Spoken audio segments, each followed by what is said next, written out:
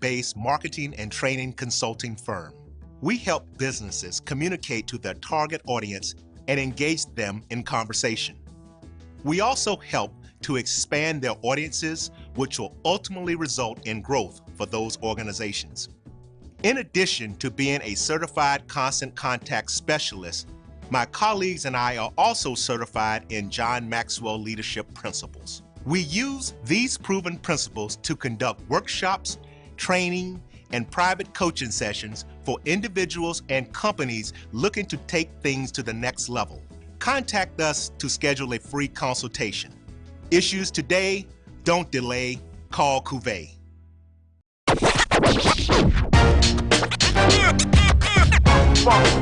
It's like a loop machine. Going around town, people trying to get down.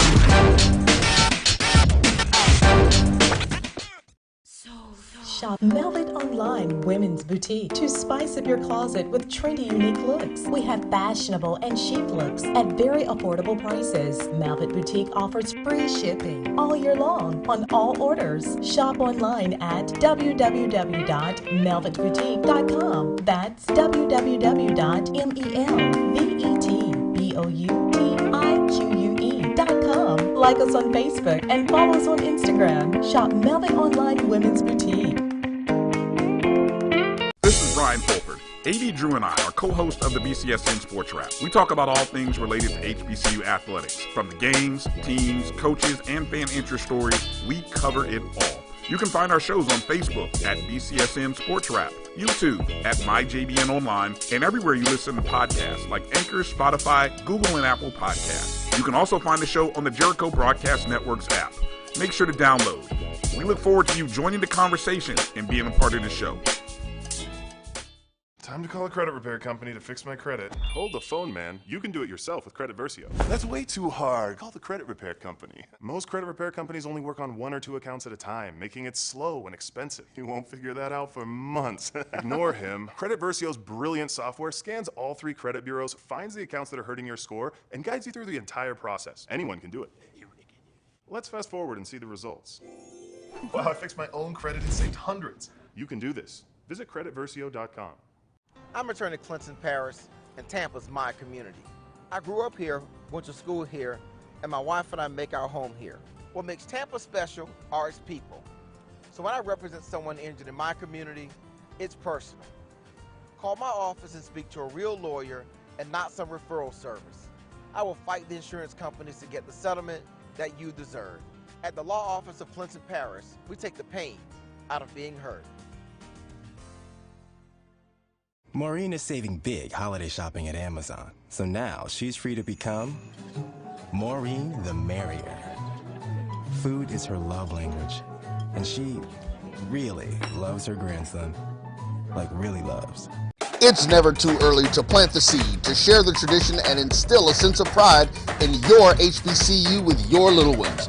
HBCU Pride and Joy Children's Boutique helps you share your school spirit with a wide selection of adorable kids' apparel and accessories officially licensed from your favorite HBCU.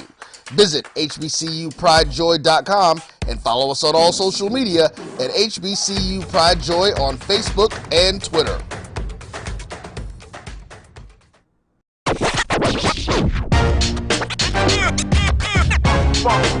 It's like a loop machine. Going around town, people trying to get down.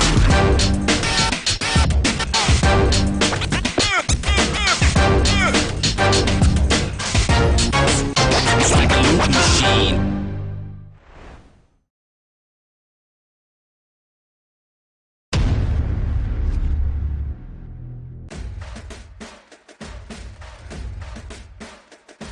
HBCU League Pass. Watch your favorite black colleges. Some of the best players in the land. HBCU League Pass. It's game time. I'm proud and I love my HBCU. HBCU League Pass. Watch your favorite black colleges. Some of the best players in the land. HBCU League Pass. It's game time. I'm proud and I love my HBCU.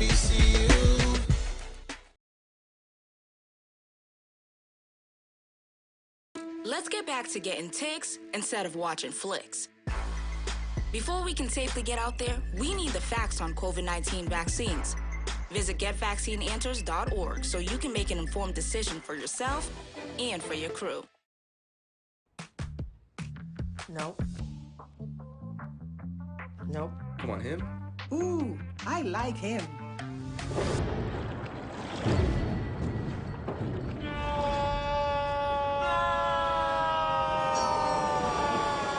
Quick, the quicker picker-upper.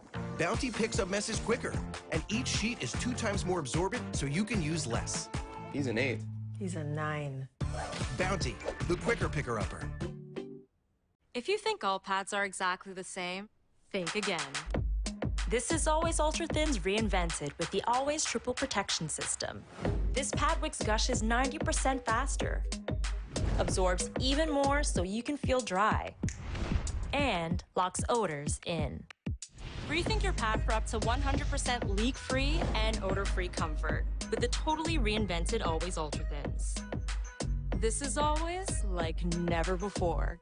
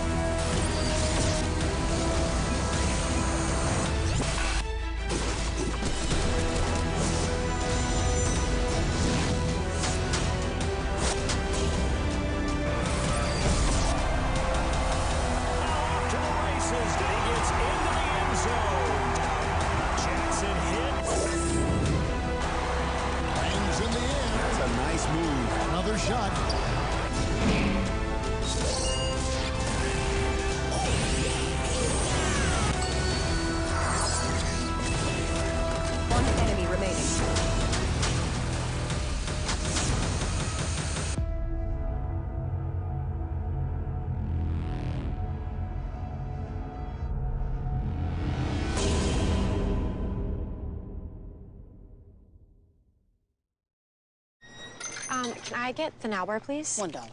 Have a good one. Got it. Hey, what's going on? Hey. Let me get a now bar. Sure. $1. Appreciate you. Got it.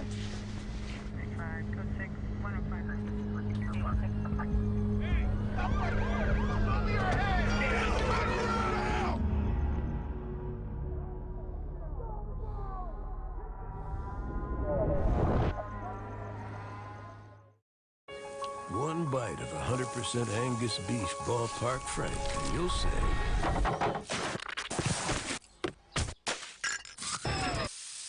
hello, summer.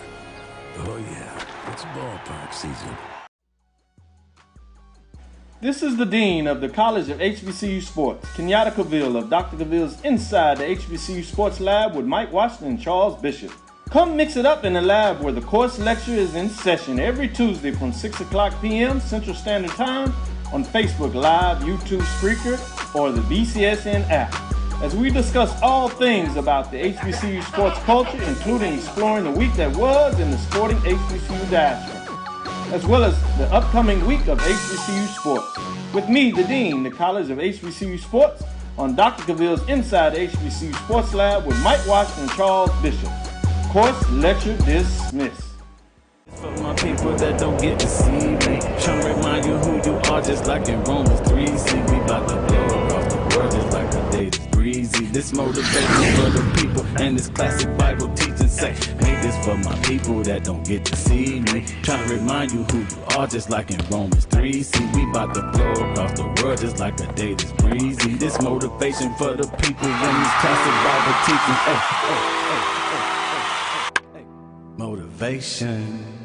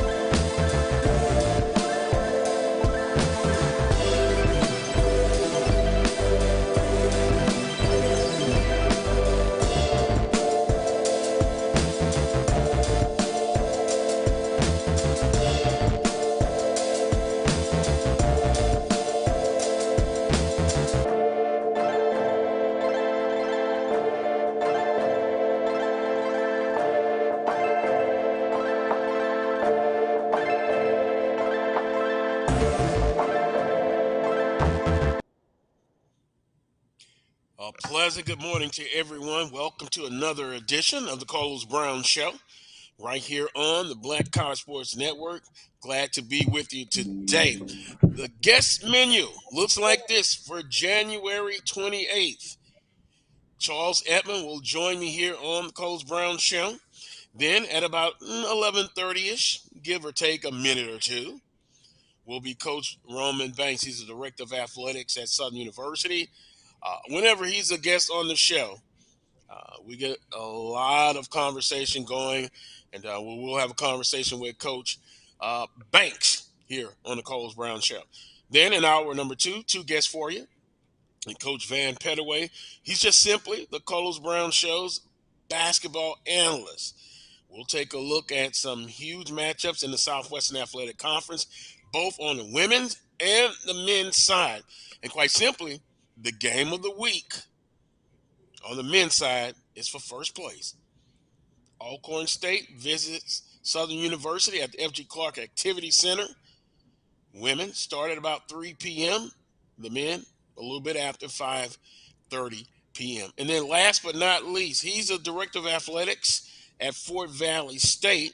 Many of you know him being the former director of athletics at Jackson State. Willa Brown will join us, and he has a lot he wants to discuss and talk about. So those are the guests for January 28th here on the Coles Brown Show. Here's simply what's trending, and then we'll introduce Charles Edmond. First place is on the line. SWAC men's basketball action. Southern University and Alcorn State, both teams coming in 6-1 in conference play. Alcorn's on a nice win streak. The Jaguars split their action last weekend against Arkansas Pine Bluff and Mississippi Valley State. Of course, the women kick it off at 3 p.m. And for Southern, they're trying to keep place on the women's side and Alcorn as well. The SWAC baseball tournament, since we weren't with you last week, is moving to Atlanta for the 2023 tournament season.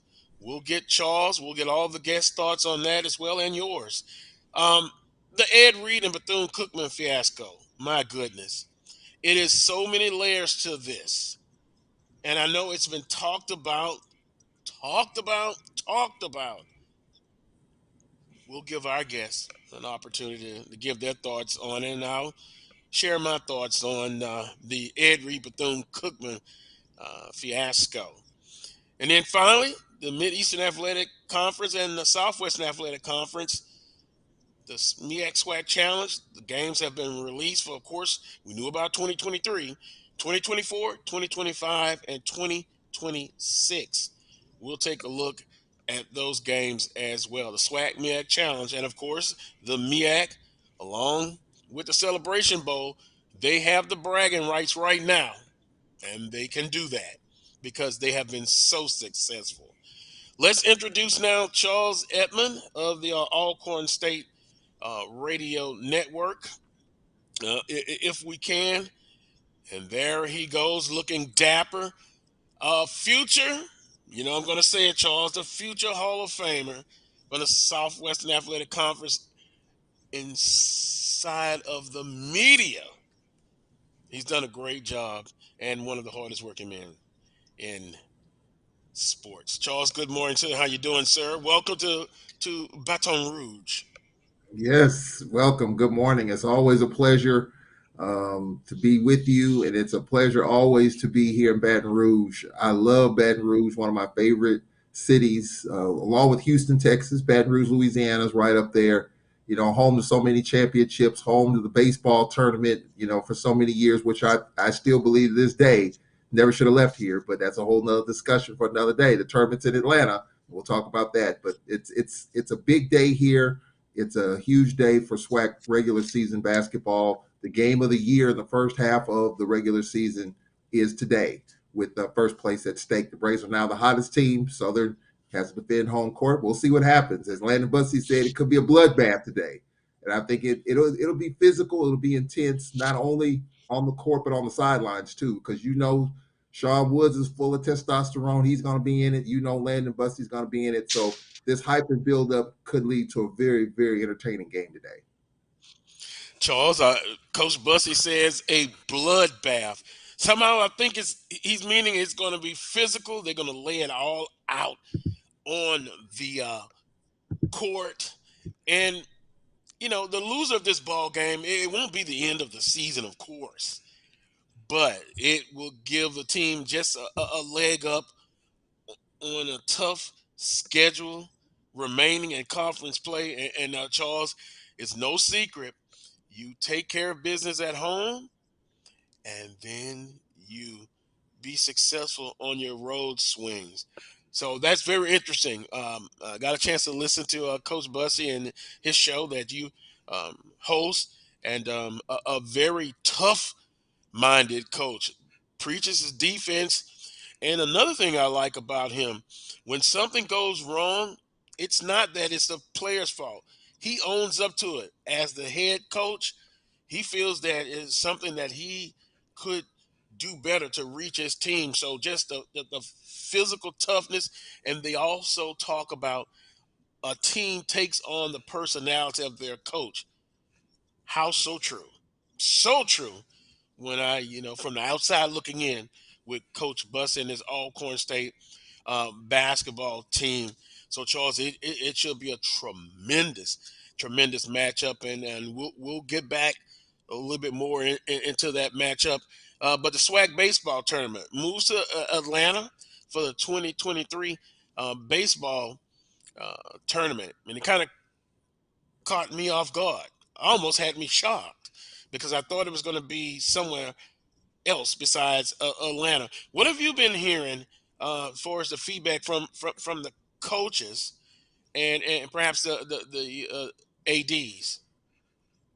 Well, what I was told by a source the other day was it was all about the dollars. It's all about this right here. The conference, obviously, when it's for these other sports, for most of the championships anyway, the conference has to put a little bit of cheese in the game. From what I was told the other day, that by moving the tournament to Atlanta, the conference doesn't have to put in the cheese, if you will. Financially, the conference doesn't have to do nearly as much as they would have if it was in Birmingham or New Orleans.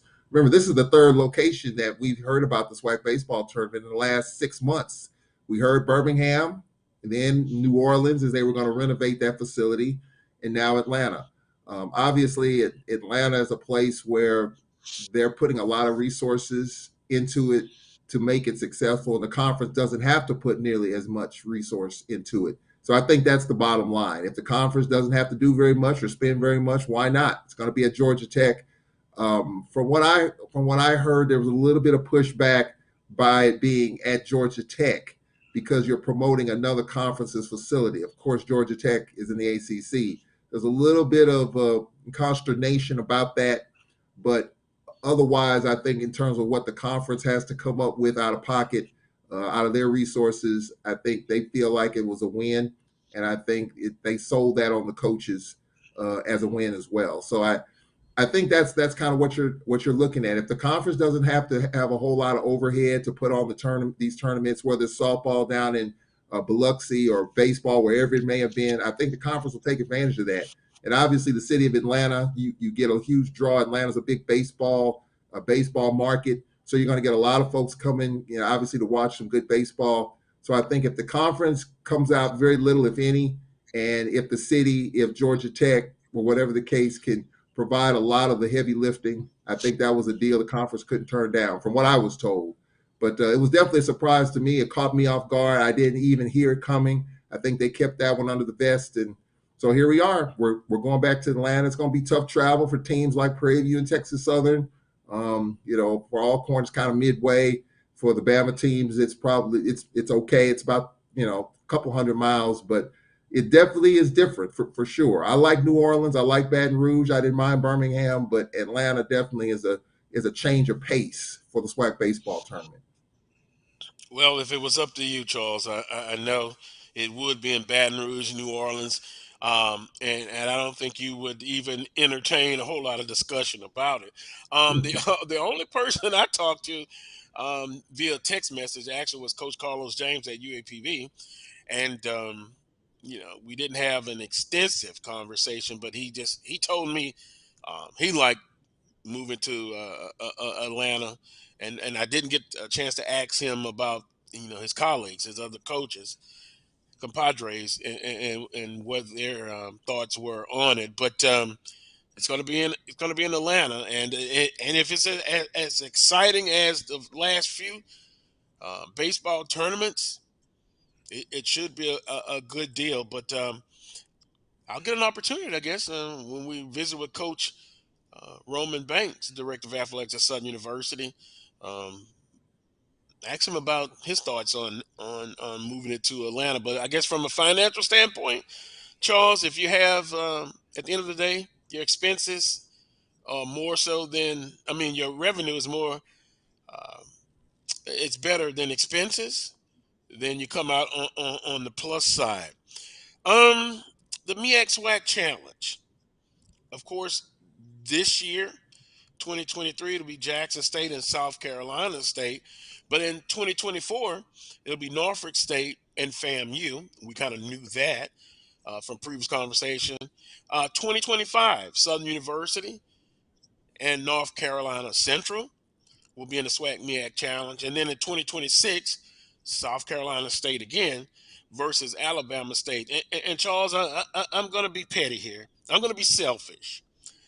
2024, if I could replace one of those teams and put Southern in there, Norfolk State and Southern University. Oh my goodness. In 2024, Coach Odom's the former coach at Southern University. And Southern University, Coach Odom's one of my favorite coaches of all time at Southern University. The guy who I always was in favor of, always, Charles. Be careful, a lightning bolt may come down, I know. But that is not the case. Southern in 2025. But kind of your thoughts on there. Jackson State, South Carolina State coming up this year, a rematch. New football coach at TC Taylor, Coach Buddy Pugh, Coach Odoms, and Coach Simmons in 2024. Southern North Carolina Central 2025, and South Carolina State back again in Alabama State. Now we know the SWAC MEAC Challenge. I will say this, Charles. Come on, SWAC. We've got to be more successful in these ball games. Well, Carlos, you weren't being petty, in my opinion. You were being messy, in my opinion, by having that matchup. I think we that is correct. I plead guilty and throw myself under the And hey, that'll sell another few hundred tickets for sure if that happened. Considering, I agree with you on that. Being petty, messy, whatever you want to say, that would be really fun if that happened. But hey, I'm glad that the MEAC SWAC committee folks are actually doing this, giving folks an opportunity to see these matchups going forward. Because people are wondering who's going to be in 2024 SWAC MEAC, and 2025, 2026, 2027. Not a lot, but for me, I'm wondering which teams are going to be in the SWAC MEAC, in the MEAC SWAC going forward. So I'm glad that they did this. I'm glad that they put it out there. And I think it's, even though we haven't done as well in terms of winning the game, I do think they're promoting it, they're forwarding it and promoting it ahead. And I'm glad to see that, because it gives people an opportunity to plan ahead for that. So, good job, John Grant, and everybody involved in that, just to let everybody know what these future matchups are, so you can plan accordingly. I would agree, and the excitement, because looking at social media, some alum from different institutions in the conference, they're already ready for football to come back around. But look, we still got basketball in the midst of a conference season that's very intriguing. And then don't forget, SWAC baseball, collegiate baseball is right around the corner. Some classics, some new classics, some continuing classics. If you're competitive and you're proud of your alumni and your institution that you've gone to, you want to see them do well across the board. So still, sports is a part of society. Whether it's good or bad, we're perfectly imperfect. But at the end of the day, it is something that you can be proud of to support your school. From on the academic side, also from the athletic perspective. And that leads me into this, and we kind of had a slight discussion, and I try to listen, do a better job of listening, and kind of uh, look at other people's perspective on situations. But the Ed Reed and Bethune Cookman fiasco, um, he was working without a contract. He didn't have a contract. Then he goes on Instagram Live. I didn't see it live, but boy, a lot of people were just sending me, "Oh, look, do you see what's going on?" And he pretty much went off. I wanted to use another word, adjectives, but I'll keep it clean, the clean version, about to Bethune Cookman. And going on social media and complaining, to me, is not a good thing. Here's the way I would have handled it. I'm the coach. I'm the football coach.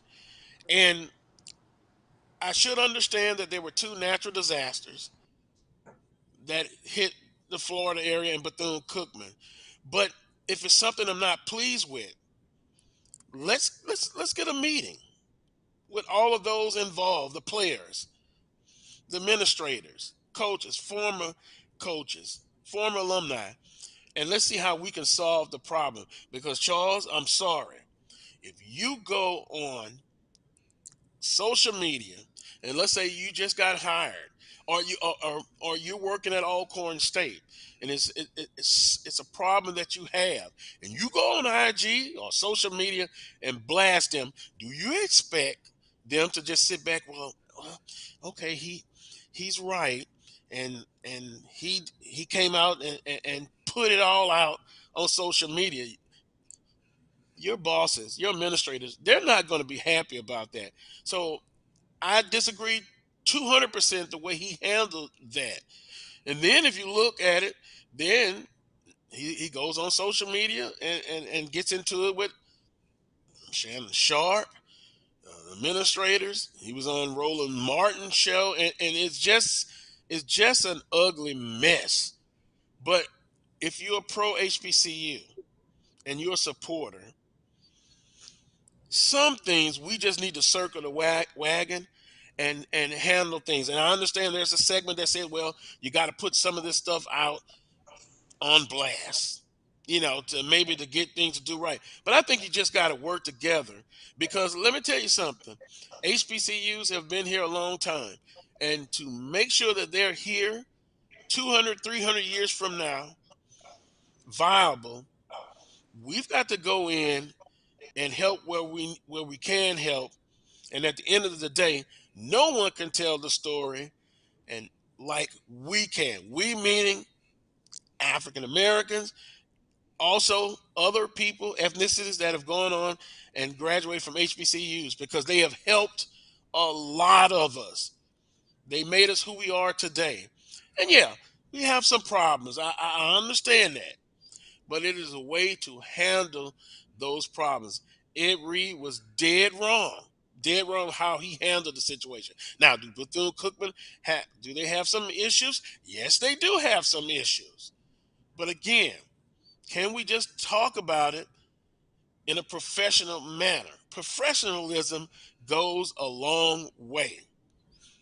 Charles, I could go on, but I'll get your perspective, and then we'll get ready for our first guest. Well, there were some questions from the very beginning when actually Coach Reed posted two videos.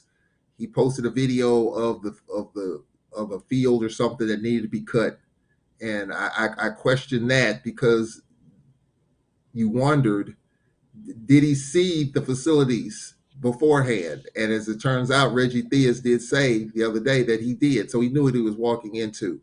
So that answers a whole lot of questions for me. Look, there's a way to do anything, and I know for me as an employee of a institution, if I said and did some of the things that even Coach Sanders said and did, or even Coach Reed said or did, I would be talking to you today. I'd be looking for a job right now. And I agree with you. You just don't put this stuff out there. You don't put your dirty laundry out there like that. Coach Reed knew what he was walking into in terms of facilities. And I don't know if he was trying to use the Coach Sanders model in terms of just putting it out there and hoping to rally the troops from the opposite side of the fence. I don't know if that was the case or not, but it clearly didn't work. You weren't officially hired, number one. And I do understand from the perspective of the calendar. He was hired late. Well, he wasn't officially hired, but they were still working on the language in his contract. But I do think that the president probably polled his board and said, look, you're going to get approved. You will be the next head coach. Let's just work through the process and work through the language in the contract. It'll be officially done and you'll be officially on board. But in the meantime, we need someone to kind of help stable things until this happens. So I think there was kind of a handshake deal that this was going to happen.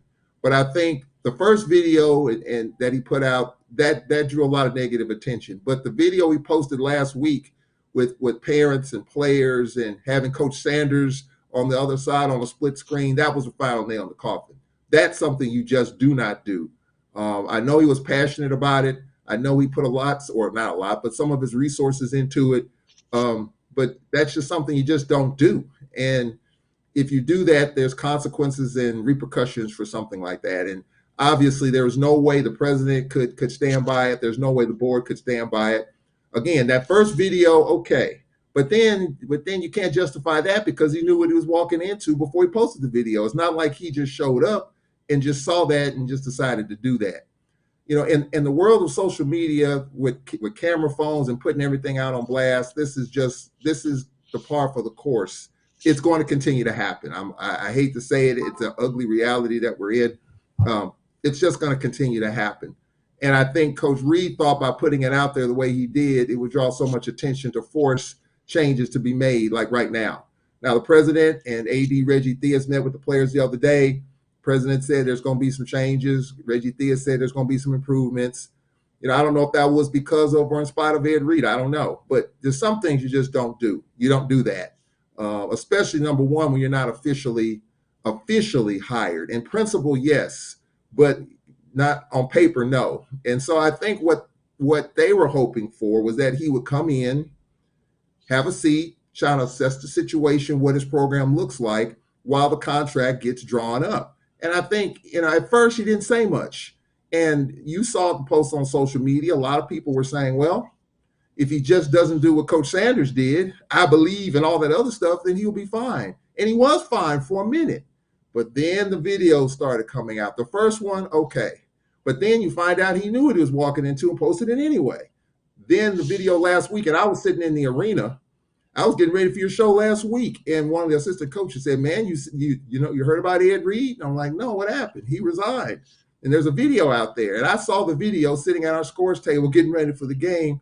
And with Coach Sanders on split screen, I just couldn't believe it. I mean, it just, like, there's no way that they can stand by that.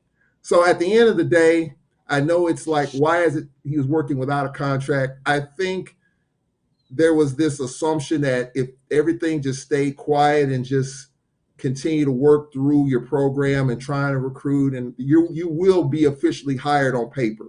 And that was going to happen if he just didn't do what he did. I think it was still going to happen. But obviously after last Saturday, there's no way that was going to happen. He destroyed that. And now he's trying to clean it up, going on the different talk shows like frustrated people do. And so now what Ed Reed has to be careful of, I know he wants to stay in the game. I know he wants to coach and do some other things. And what he does going forward, that's going to be determined by how he handles this going forward in terms of putting people on blast and all that. So I disagree with it as a graduate of an HBCU, as someone that's employed by one. You just can't do those things. But this is the times that we're in with social media. You're putting all the stuff out there. And so when you're upset, when you're disgruntled, when you're pissed off, you're going to put it out there because you have nobody to vent to. But you do. You have an AD. You have a president. Like you said, and it's absolutely true. Why not circle the wagons? Why not call your AD? Why not get in touch with your president, your provost, have a meeting, have a powwow, and air it out and clean it up and figure it out? But when it doesn't go the way you think it should go, then you get frustrated and then you go another route. And that's kind of what happens a lot of times, even with Coach Sanders.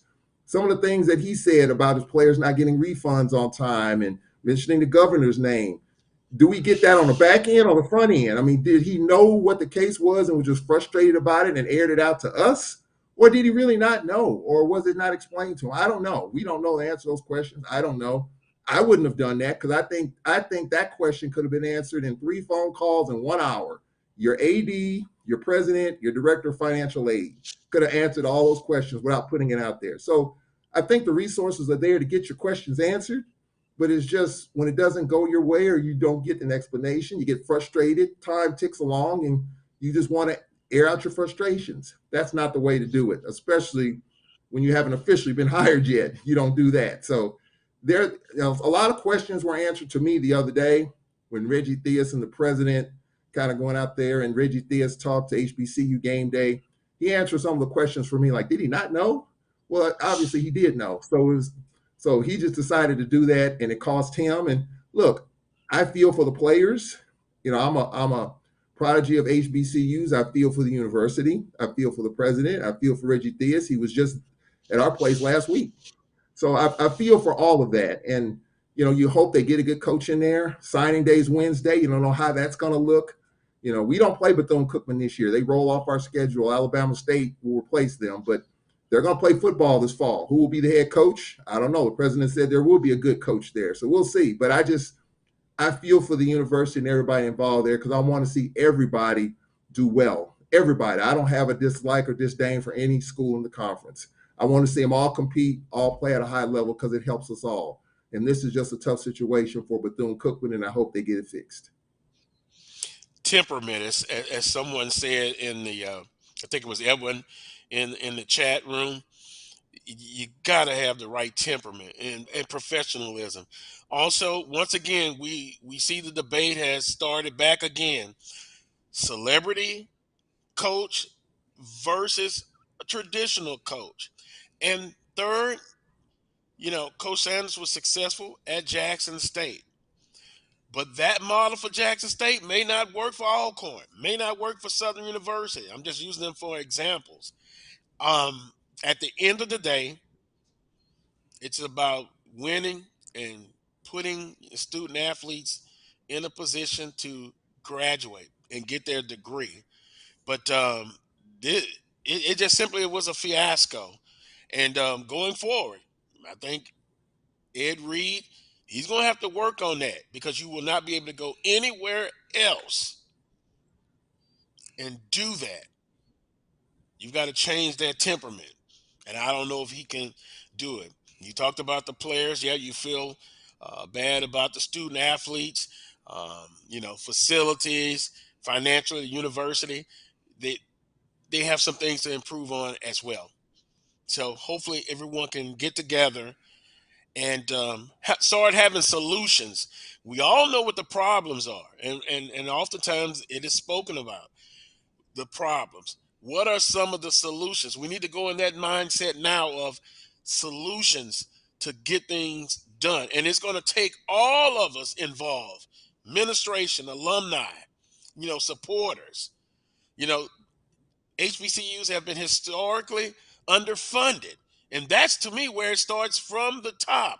And I see people with the arguments about, well, they're getting money. Where is it?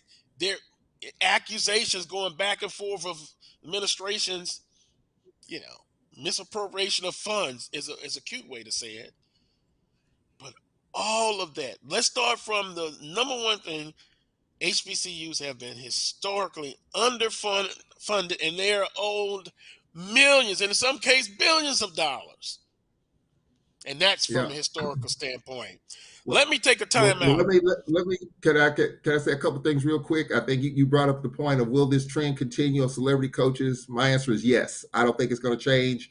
I think there will be more vetting, though. I think there'll be a little deeper dive. I'm just giving. I don't think it's going to change. No, we had a successful. I understand. I'm just emotional about that because it's like one size fits all. No, it doesn't. No, it doesn't. Right. One size does not fit all. Go ahead. I agree with you on that. I agree. But do I think the Coach Sanders situation, some might say it was an anomaly, but I think that model is still out there to be talked about, and I don't think it's going to change very much. Maybe a little bit more in terms of the vetting, but I think that and even what Reggie Thea said in the article about bringing Ed Reed on board, Florida guy, Miami guy, he's going to bring some people in to help financially improve the athletic product. If you got people that could, like he's going to bring Shaquille O'Neal in the mix, I mean, that's kind of what you're looking at a little bit. And so if you do a little bit more vetting and get the right person in there with those type of contacts that doesn't kind of go off the rails, then it would work. And it was working until he started doing what he did. Now, as far as the financial piece is concerned, I think we got to buckle up here. And maybe Roman Banks will talk about it a little bit, but the R word, and I know this is going way off base here, the recession. Most of us are state funded, and athletics too. And so you got to look at what the funding formula is going to be going forward in terms of how these states are going to deal with a possible recession. That could mean a flatlining in budgets. That could mean a flatlining in university budgets. Could mean a flatlining in athletic budgets. We don't know, but I look at more of MSNBC than I do ESPN because it impacts our pocketbooks. It could impact the state's pocketbooks, the university's budget.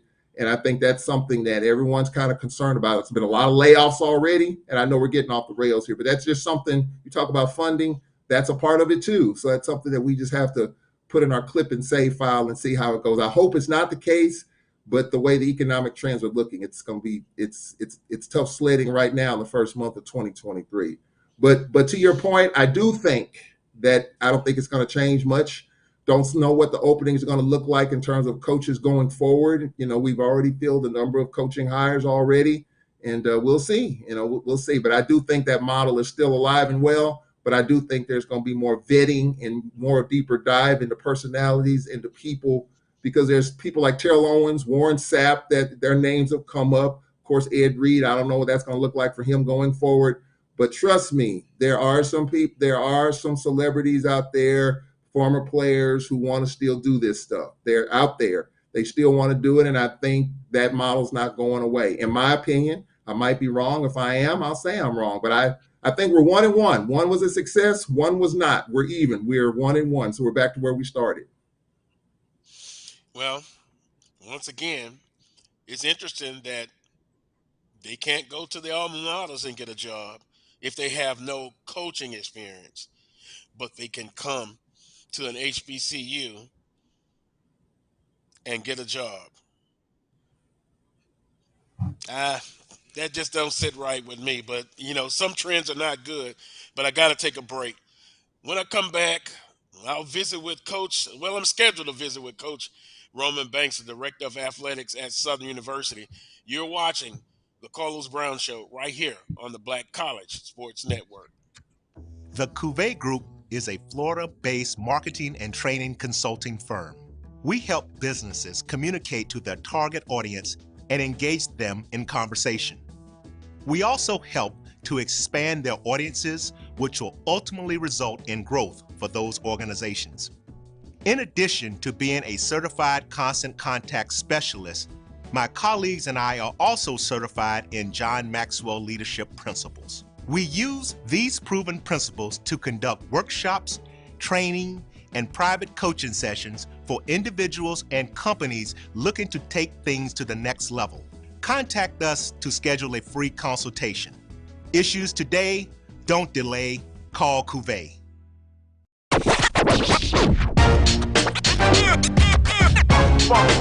It's like a loot machine. All around town, trying to get down.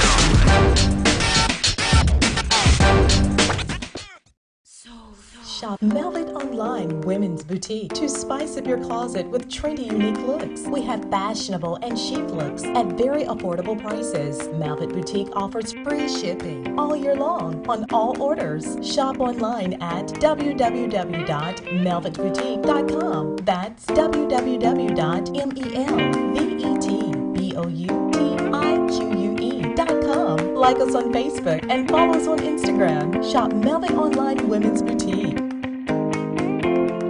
This is Brian Fulford. AD Drew and I are co-hosts of the BCSN Sports Wrap. We talk about all things related to HBCU athletics. From the games, teams, coaches, and fan interest stories, we cover it all. You can find our shows on Facebook at BCSN Sports Wrap, YouTube at MyJBN Online, and everywhere you listen to podcasts like Anchor, Spotify, Google, and Apple Podcasts. You can also find the show on the Jericho Broadcast Network's app.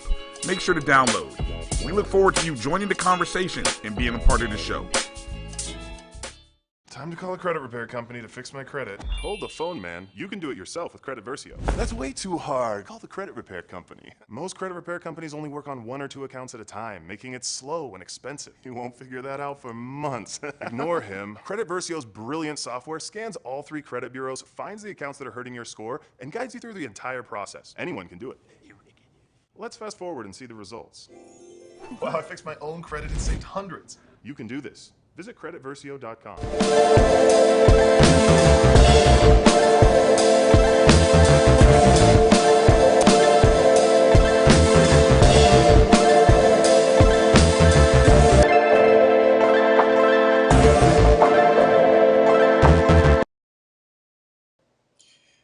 Welcome back to this week's edition of the Carlos Brown Show, right here on the Black College Sports Network. We'll go with our first guest. He is ready to go.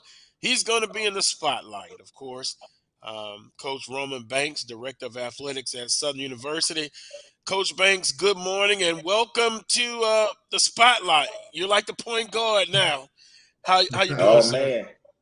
I'm doing well. How you doing? Thank you guys for having me today. It looks like it's a little warmer weather out there, so it must be a good thing. Well, Coach, I don't like cold weather anymore. I guess because I'm getting up in years, but I love it when it's warm. And if it's getting warmer, that's going to be great. We're glad to have you here. Several things to talk about. Coach Banks, when they find out that you're coming on the show, I get a bunch of questions to try to get through, and you can't get through all of them. So I'm going to try to just pick out, I think, the ones are of most importance.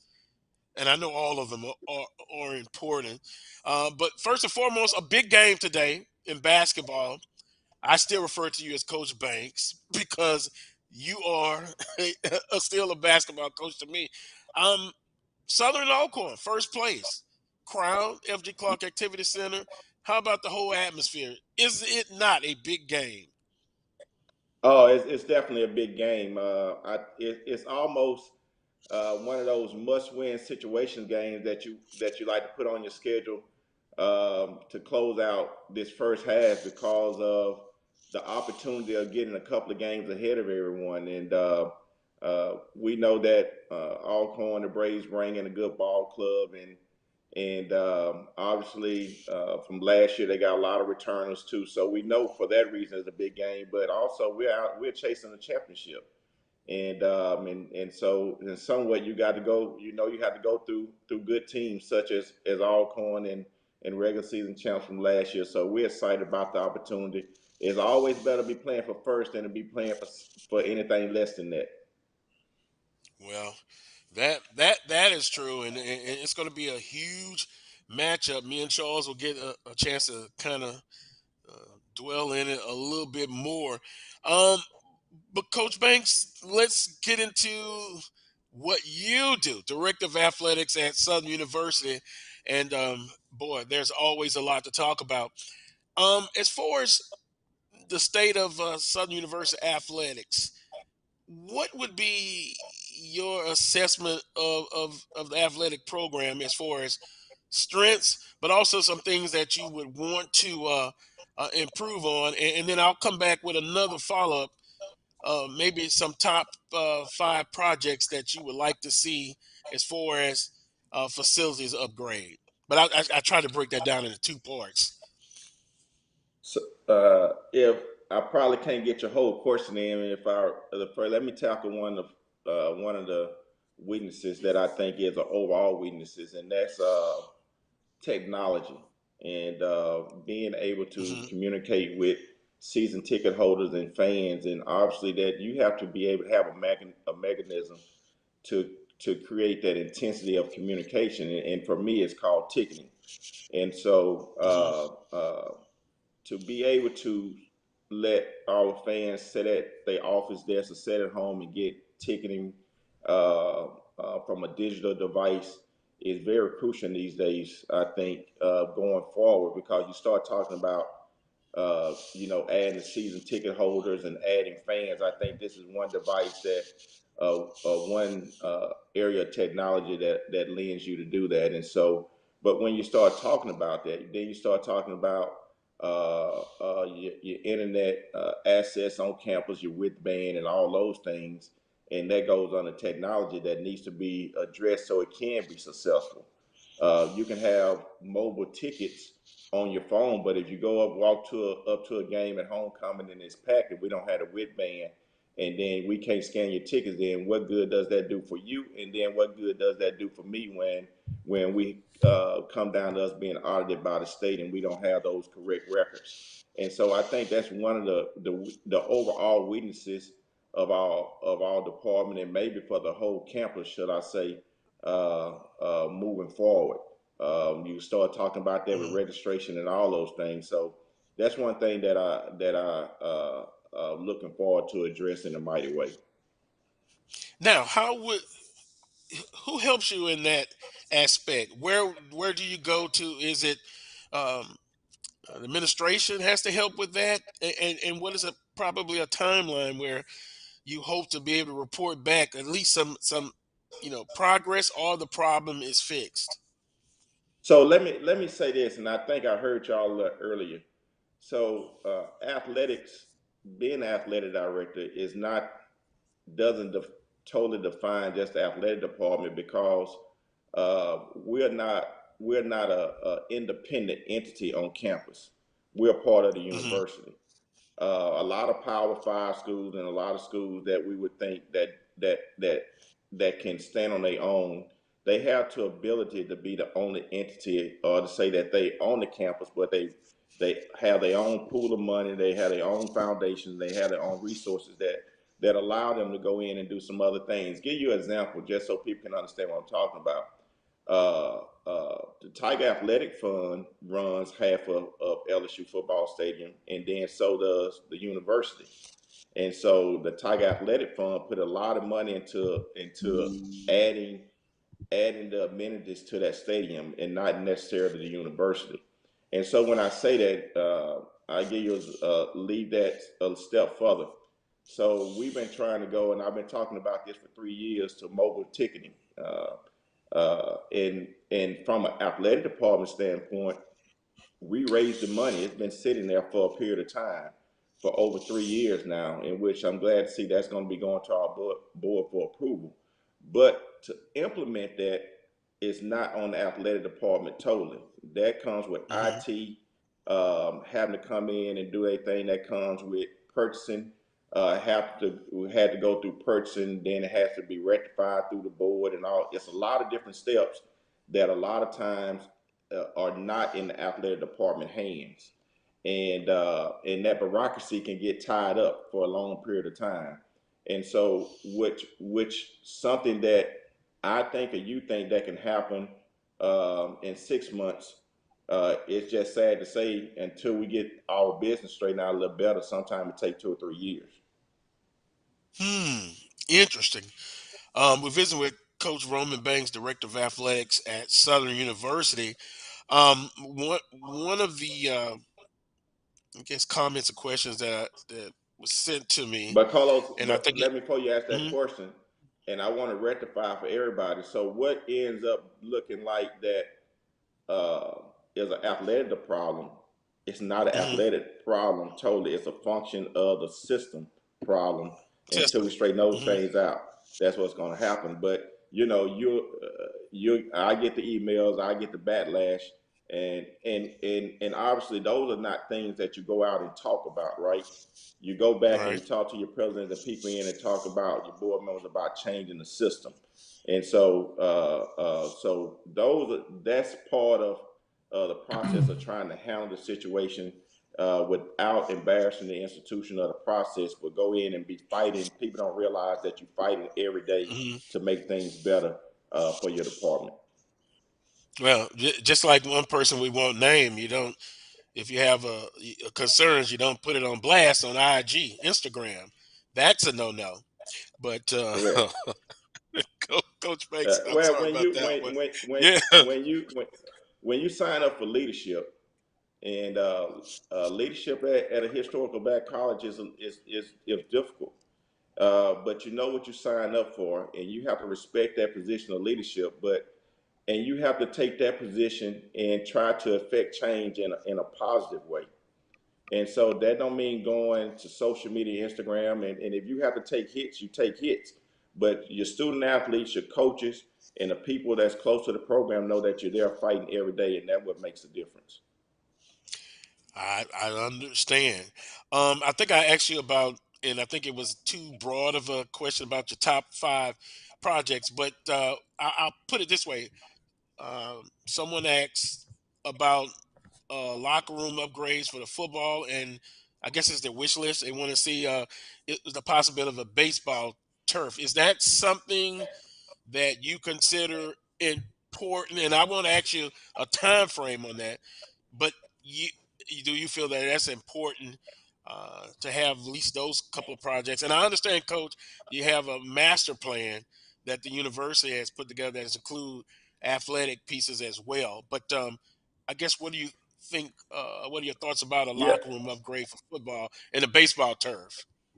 yeah. So we had that master plan that you talked about, but we also have our what I call our separate properties, our things that we want to get done as relates to just everyday business to be successful, right? And that means Okay. upgrades to facilities and locker rooms. And so it's no secret. I've been talking about upgrading actually baseball and softball for a period of time now. Obviously, we know that you have to continue to create your own dynamic of what these young kids want to see in recruiting, and so locker room access, particularly in football, is great. And that's another thing that's on our radar right now, as well as one of those, I call it everyday projects that we need to try to affect change. But you talk about those things, and then you have to talk about funding for those things. And to give you an example, you could start talking about baseball turf. That's $1 million project, right? Hmm. But also, here's some of the other challenges that we have faced. We continue trying to raise money, find different ways to upgrade our projects, but then you have to get the fundamental principles of the fields in condition. So, to no fault of nobody alone, give you another example. When you come inside the mini dome and the road that go around and you're going by the baseball field, it sits higher than a baseball field. So when it rains, there's a drainage problem that floods out the baseball stadium, right? And so that in return, the ravine, it needs some work on the ravine in the back that needs to be fixed. Once again, outside of my scope, but needs to be fixed to drain the field because it will flood in the outfield. So what needs to take place? Yeah, while we trying to replace the turf, it does us no good if we don't get the fundamental principles fixed first about the drainage and the base that we need to create this good atmosphere to lay the turf. Because if we lay the turf, we'll be pulling up the turf just in 6 months with the problems that we have. Hmm. So though we're working on those projects, then there's a bigger side to us making the projects work. And those are the challenges that we run it into.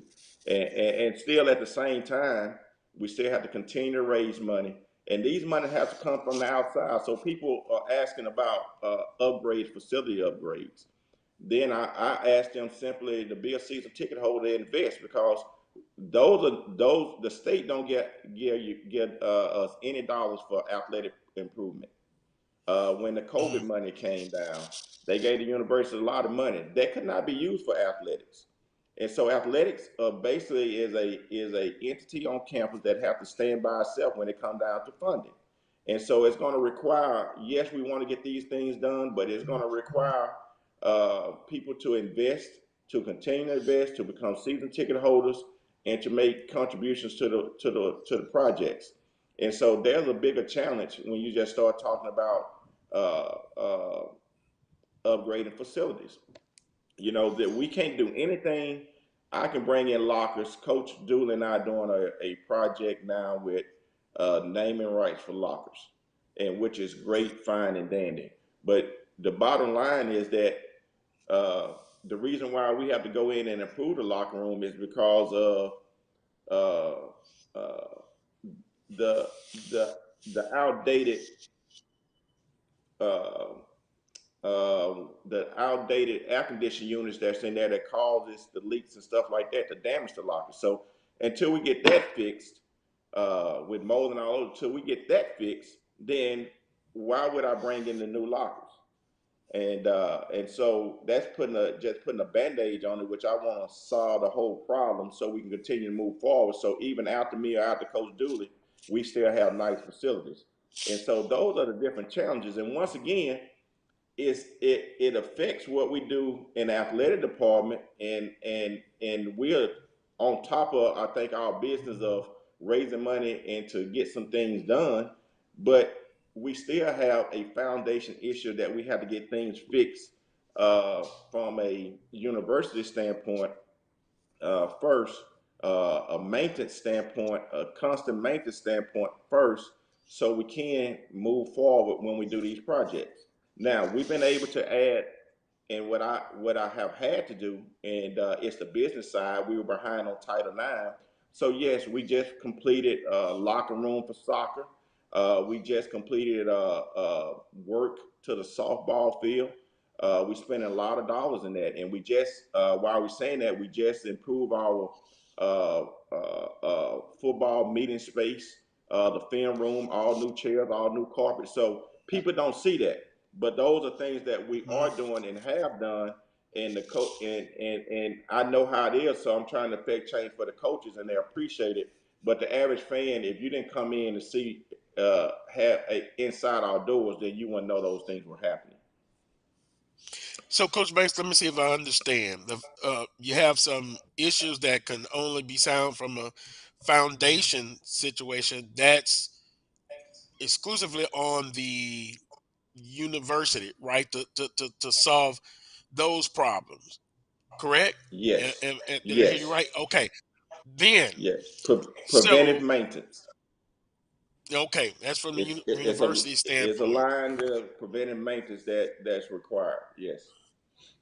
All right. So with that being said, then and you kind of mentioned about you and Coach Dooley talking about the renovations to football facility, locker room facilities. So a specific person or entity, if they coach, basically they wanted to renovate the football locker room for, say, naming rights, would the university accept that? Yeah, so there's a process to that, and actually Hmm. we have had some conversation with several people, and I would say not just people, but a couple of businesses. And so to get those funds, yes, but there's a process how you Hmm. have to handle that as well, right? And so you have to be willing. And look, a lot of people come in and say, "Hey, we want to help you. We want to do that," but they want to come in and do the work and get paid, right? Instead of when they coming in, they saying that we have the funds, we're gonna do the work, and we want to put our name and rights on it. So it's two. Let's be careful, and I want to be certain how that has to be approached, right? Because a lot of times I get a lot of knocks on the doors, and people saying they want to help, but they want to get paid, and so Hmm. we have to find the revenue. I had several calls of someone wanting to help, and they say we'll do the work, but we'll finance it. But financing is fine. We got a lot of people want to finance, but you still have to have the revenue to finance whatever you're trying to do, right? And so I'm not Hmm. going to go into a project, and the university would not let me go into the project, whether it's through the foundation or through the university, that we don't have that total amount of funding. So we know it costs $1 million, whether we're going to finance or not. We need to know that we have the source that's going to donate that million, or we have the name and rights sold for that $1 million before we take it a step further. Visiting with Coach Roman Banks here, Director of Athletics at Southern University. So you kind of talked about so far a couple of projects. We asked about, we were talking specifically now about locker room upgrades. Earlier, you talked about tickets online. You thought that was a weakness from a technology standpoint that, uh, once again, the university has to help the athletic department to kind of get that whole situation straight. Because another question we had was, our question was, the updates with the ability to buy tickets online. And this one person said they noticed last year when Southern played LSU, they had a payment plan for the season books. Will Southern do something similar? So what happens is once we get, and let me talk about the ticket process. Once we get that, it's called Artix. It's another phase to Ticketmaster. And so, like I say, we've been approved for it and we are paid it. Now we're in the implementing stages of it. And first of all, it has to be approved by the board to go to another phase of ticketing. Then you have to line it up with the state uh, also. So let me talk about that.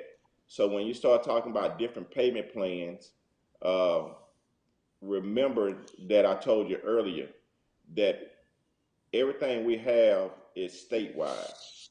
It's not Mm-hmm. run by a foundation or outside source. So if you buy tickets from the Tiger Athletic Fund, they can do things differently because they're an independent source, right? Mm-hmm. We have to do things differently because we only state funded, and so therefore all our auditing practice have to line up with the state. And so I just can't go up there and say I want to discount 10% tickets uh, against Alcorn. All that has to be approved for us by the state. If we had a third party entity, something like Tiger Athletic Fund, running our tickets, then we can do a lot of different methods. And so Mm-hmm. let's make Gotcha. sure everybody understand that fundamental principle. The second thing is that yes, once we do complete this process of and I'm excited about it because we come a step closer every day, and Dr. Shields, President Shields, has been very great of helping me push this forward because he was very surprised that we didn't have mobile ticketing. There'll be some other things that we could do because we go in and we set the system up. It's approved by the state, and then that give us a lot of ability to do some payment plans and other things going forward. But once again, we have to set it up. The state have to come in, audit our process, and make sure it's sound. Right. Well, I believe under I kind of understand it now. At least I have a better understanding of, it's a process. It's a Yes. process, and I understand you have to go through that. Boy, I was going to ask you actually to start off this interview, but I think you're releasing the 2023 football schedule. Um, I heard this upcoming Wednesday. Do you want to break any news before then? It would be great if you want to do it. Um, we have some universities like Lincoln. I know they released and said they're coming to Baton Rouge. So how about the A.W. Mumford Classic? Or if you can't do it, just say, Coach, I'd rather not. But I gotta ask. So if you come to the show on Wednesday, the old time Philly show on Oh, Wednesday, and you sit down with me, you'll be able to release it first on your social media. well, I had to ask that. I kind of knew that was going to be the answer. Let me move quickly, and I appreciate your time. But I will say that it's a schedule that's very competitive, and but it's one that like I always say, that I try to do my very best for our fans, and it's a difficult schedule because adding the two teams, adding the two Florida schools in, Fam and Bethune has Hmm. makes it a little difficult. And some of our bye weeks are late where you have to add those games, and that makes it very tough. So you have to move some games around. But I believe in trying to bring great matchups to our home campuses, and I think that this schedule will speak to it. Well, You should, yeah. A You so you a rubbing so your hands. yeah, yeah.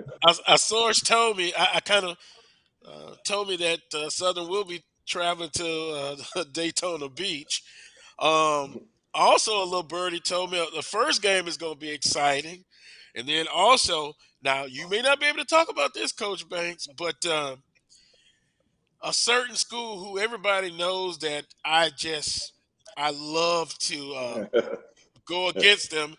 Now I'm hearing that that's going to be home and home, although it's not a conference game. It'll count overall. I don't know, Coach Banks. You're looking off. I don't know if you're going to answer that one, but uh, uh, Hey, an I'm gonna say exciting an I'm excited exciting about the chess schedule, game that we Coach. played.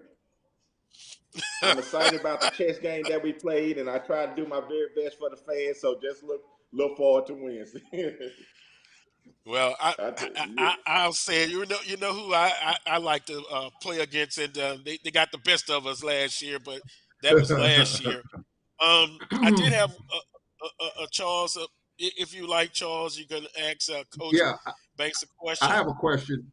Well, I have a comment Yeah. first of all, and I, Coach, with me and Carlos talk about this. When you come on, you're really transparent in terms of the feelings, in terms of how this stuff works, because I really look for more of that from other athletic directors. Our athletic director, Ray Dito, I try to talk to him about that because I think fans need to know these things, and I can speak to the processes that you're dealing with that I'm a part of as well. For example, I'm on this game day committee meeting that we meet during football season for our home games. And you talked about the technology of the mobile ticketing and all of that. We have a person on campus that handles that process.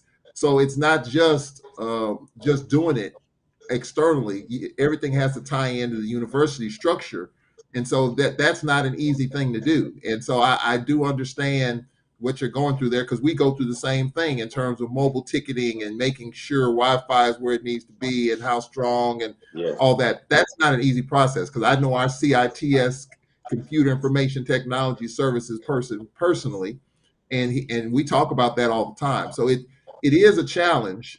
And then just the fact that I think if people know these things that you've talked about, I think you do the best that you can and at least put it out there on the plate and let people see this is how it works. And then someone like myself that sees it, I'm like, okay, that's how it works. So now I know what, as a fan, what I need to know and what I need to do. Because sometimes you don't get that information, or sometimes it's not right, or whatever the case. But you've been very transparent about the whole thing. And when you talk about Southern, and I really appreciate that because I totally, as a person that works for a university, I understand how it works. It's kind of the same thing that we've got going here because we have to have stuff approved through our IHL board. That's what Mississippi is, Right. IHL board, like Southern has a board. So I do appreciate that. And I do understand those processes because it is not a quick thing. It's not a microwavable thing. It's not a snap of a finger. It has to go through a lot of different processes before it gets done because that's because it is a state entity. So I do appreciate that and I do understand how that stuff goes. Yeah, and I think the part is I tell everyone, everybody might not agree with all the decisions made, but when they have an understanding of the process, they can respect the decisions. And Yeah. and I like to be very transparent because I like to push myself and push our staff to do the very best that we can for our student athletes and our coaches and our fans. That's top priority. And so Yes. we're just not coming into work doing what we want to do. We're focusing on a mission, and that's to be successful for everybody that I just named, and also to try to affect change positively where we can affect change by doing it the right way. And so I believe in doing it the right way. I believe in being transparent. Uh, Things are not easy. I tell a lot of people, and I like the emails. I like feedback, and a lot of people say, "Man, you listen to everybody. You too busy for that." Mhm. But it's a simple taking the time out because I think everybody. Um, uh, uh, Not wrong about what they say, but can we do everything that they're saying is not possible all the time. And so, if they have an understanding of what we have to deal with from a policy and procedure standpoint, I think it can clean up a lot of things going forward. And then it'll give them a chance to say, yes, okay, I definitely need to invest. Or how can I do to help move these projects forward, these student athletes, get them a better experience. Visiting with Coach Roman Banks here on the Coles Brown Show, Director of Athletics at Southern University. Two quick things, and as usual, Coach Banks, I guess we'll have to extend the invitation to you to come back because my goodness, you can actually do 3 hours um, talking about different topics. One question was how will revenue from the conference help our athletic programs? And then after that, I'm gonna follow up with the SWAC MEAC challenge. Um, Release dates now for future years, but I'll come back to that one. All right. First, I really need to make sure that everybody understands the great job that our commissioner Charles McCullough is doing. He's Mm-hmm. doing a phenomenal job. Uh, just like Southern a few years ago, the SWAC office was in great turmoil, and we had a lot of problems. And obviously, since the new commissioner have come in, things have changed. And he's been a person that drive policies and procedures, right? And so, give you an example. You're looking at right now that we wasn't getting a distribution check, and it's not too many teams at all level of conferences get a distribution check. That means get money back from a conference because it's a privilege to be in a conference. Remember, you have to abide by the conference rules and regulations. That's a privilege. That's why you have a choice to join a conference or not, or join what conference you think is important. And so he's been able to take what we were getting $0. He's been able, and I would say number to in return that each campus now are getting checks to go back to their budget to make change, which been a pretty good amount of money. And obviously, you have seen that he has taken, uh, in which he was urged by the presidents, the council of presidents, to raise money for this conference. And how do you raise money for this conference? And that means that the conference that you in have all exclusive rights to your game, right? That's the Mm-hmm. first step of it. And so he has the ability to go out and market and sell all our games first. And you can see with the new TV contract that he signed about $6 million, which is going to continue to go up. In return, is going to give us all campuses that's a part of our conference a chance to get those dollars, which I envision, the next 3 to 5 years, those will be $1 million checks to the universities.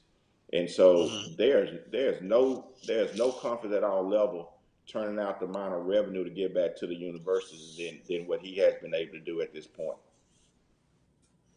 Yeah, that's. I'm in all agreement, and Dr. McClellan, I trust. That's my little simple motto. The SWAC MEAC challenge, Coach. We got to now. You're a former coach, still a coach.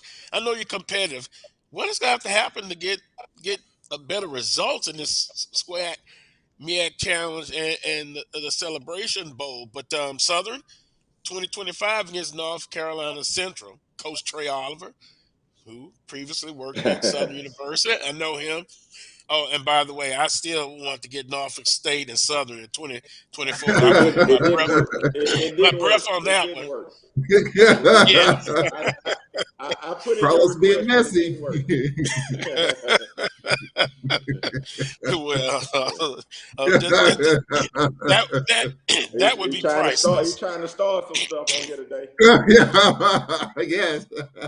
Yeah, but 2025, Southern and North Carolina Central. I think that's going to be a great addition to this series in 2025. Yeah, I'm excited about that.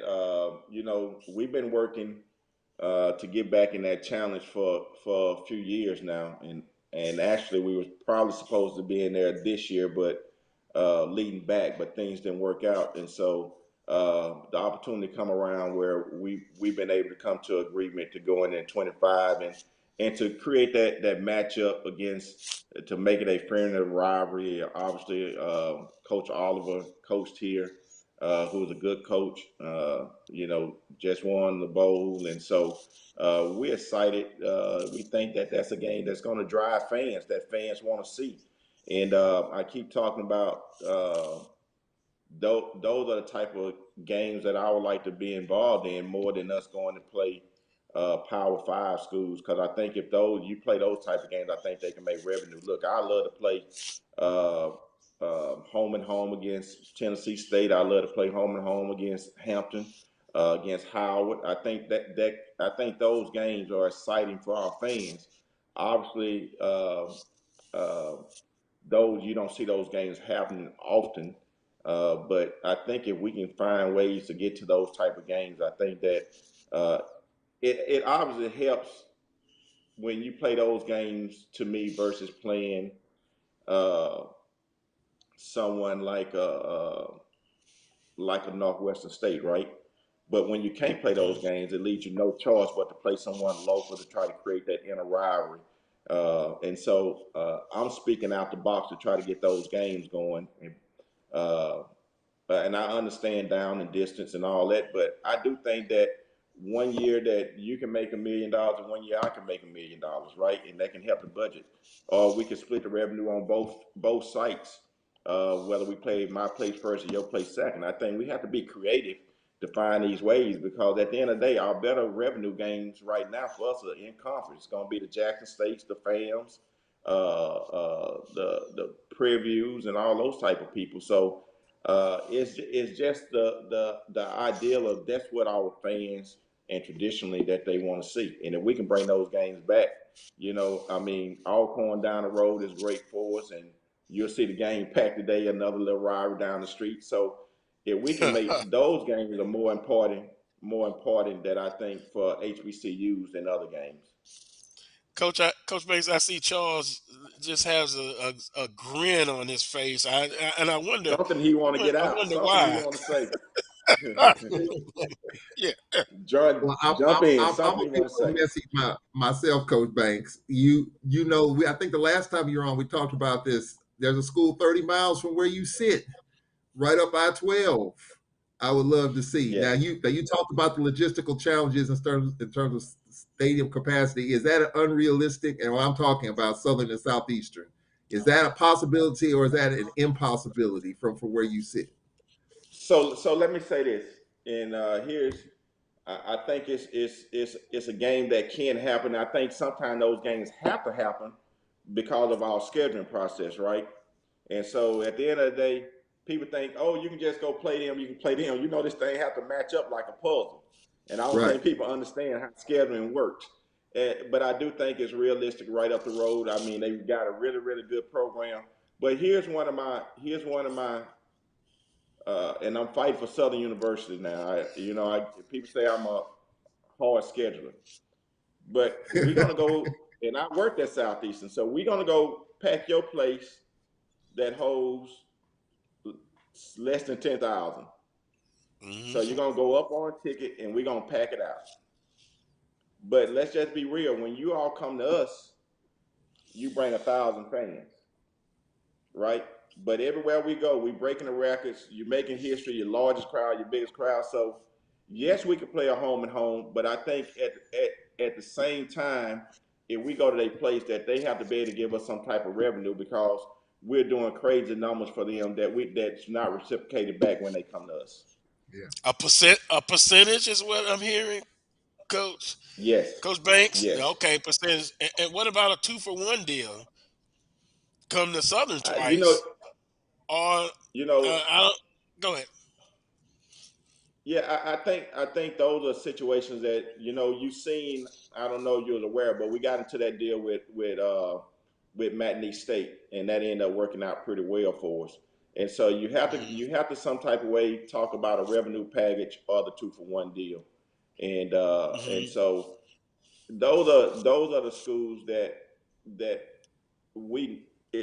we know that we bring great crowds to. Our fans go down there and they go up on prices, they go up on parking and all those, and we're gonna pack it out. But just traditionally in numbers, when you come to us, we selling 1,000 tickets to your fans. I don't think that's fair for Southern University. Yeah. Well, Charles, I've heard others talk about that. I'm talking about others fans. Yeah. Bring that up, Coach Banks. We kind of went past our time, and I understand, and we still didn't talk about the swag baseball tournament in 2023. Yay or nay for you? Well, I don't know if I should say nay, but your thoughts on the tournament Well, moving to Atlanta. well, once again, I understand the reason why. I was more of a trying to keep it. I thought, Mississippi, Louisiana areas where it's been have been Mhm. really good. But I do understand, from a marketing standpoint, and then you start talking about from a sponsorship standpoint of what that city want to do to bring that tournament there, and so you have to put those things on the table, and so that's again my personal like. I would rather seen Mhm. it at some of the places that I mentioned, but from a business standpoint, it only makes sense for us to go there. Well, and then there's a process, and I'm sure you were on the other side that didn't get what you would have liked to see. But it's a process. It's a Correct. democracy, if I can say it that way. And for you, Charles, why not Alcorn and Southeastern playing football? That's a close I, game. That's a turnaround, Mister mhm. Messi. Yeah, Yeah. I don't disagree with that. You are exactly right. There used to be several years ago and a few ADs ago, a sort of a relationship in which we would play Southeastern, and for a time we played them in just about every sport: football, basketball, baseball. It's been some years ago, but there was sort of a intra-university agreement between the two because we're only a couple of hours from Hammond and vice versa. I agree with you. I think that's one school that you can play that it would bring good crowds to Strawberry Stadium or whatever the name of the stadium is, and vice versa, because we've done that, but we got away from it. But I agree with you. That's one I definitely would like to see us crank up again. There is no question about that.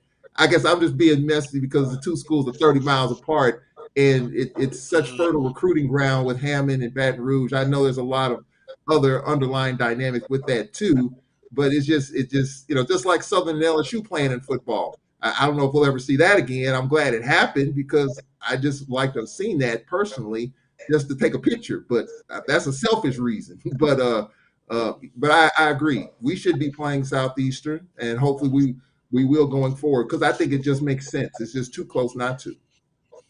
Yeah, and we play And we play them in all the other sports, basically anyway. And so it makes sense. And when you start talking, I heard y'all talking about budget challenges and all those things going forward.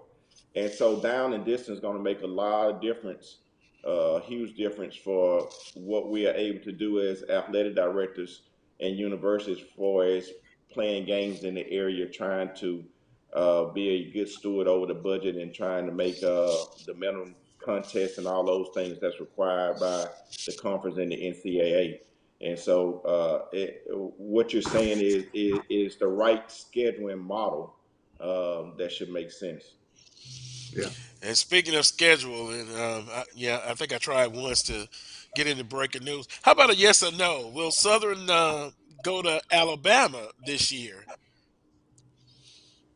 in the Yeah, state of you Alabama still for a talk. game? Yeah, yeah. Well, I'm trying to be messy again. Uh, and also the team that I don't the the team to me that's the number one rivalry, and I get in trouble for this because most people say it's Grambling, but it's the other Tigers in the state. Um, I guess we'll know Wednesday about news about that game. Can So you say yes or no with that? just come on out to TJ Ribs on Wednesday to the Old Brown Show, and if you get there early, I'll be there at 5 o'clock. The live version start at 6:30, but I'll be there at 5 o'clock and give you all the information you need so you can release it on your social media. And I get to see I'll get to see my buddy Coach Terrence Grave as well. I think I have a date for Yes, Wednesday. Well, well, Coach, and I I, tried. and you'll get a chance. I'm excited. You know, we're going to be talking. Coach Dooley basically going to be talking throughout the show about the new signees, and so you know, I'm excited for them to share that with the fans. You know, and we trying to. That's going to be shown. You know, across the state live and on our Jaguar Sport Network, and so we're trying to add different ways and different features. Actually, you can watch the game if you can't be in the FG Clark Activity Center. You can watch the game on our Go Jazz Sports Network today, and just go to our website and you can pick it up. And that's another feature that we just bought that people, I don't know if they're aware of it or not, but it give our student athletes, the fans and their parents and friends to be able to watch them and all our facilities going forward. And Coach, that basketball court is beautiful. Yeah, Very beautiful. yeah. Well, we appreciate it. Once again, you know, trying. You can go on and name a couple more things. We trying to do the very best we can, and I'm thankful for Cal South. I was able to engage with them to help us fund this court, and so those are the type of partnerships that it's going to take moving us forward, and so we're thankful. You know, that's been 20 plus years. It's unbelievable. You know, we got new goals and all that stuff. And so we have really, and we're looking to, you know, do the scoreboard. We're looking to do a lot of things in there that's outdated. It's analog and it's not digital, which is very surprising, right? But so we looking, and once again, that is a university function as well, to be able to change all that out and make us digital. You know, and it's not just a basketball arena when I start bringing the idea, right? So you should be able to, we should be able in that arena be able to show graduation from a standpoint on our own in-house network. That is the main building of that campus as well. And so when I start talking about recreating the environment, I'm talking about recreating the environment to better the university, not just athletics. Well, it has been a interesting conversation with Coach Banks, Director of Athletics at Southern University. Hopefully we didn't go over every topic that was requested, but we talked about projects, what you would like to see, also an update on the ability to buy tickets online. You gave an update on that. And one of the most interesting things was that we talked about specific persons or entity, if they wanted to renovate the football locker room and any other projects. You basically said that you know you're okay with that, but it's a process that you have to go through to get those things done. But you are open to the ability for people or an organization or businesses, but it's just a process that you have to follow to get it done. Correct? Yeah, correct. Just like the process of Care South coming in and being and we got their name on the court, coming in, sitting down, saying, "Hey, yes, we'll do this project." Talked about how it works, you know, and it happens. So it's the same type of conversation.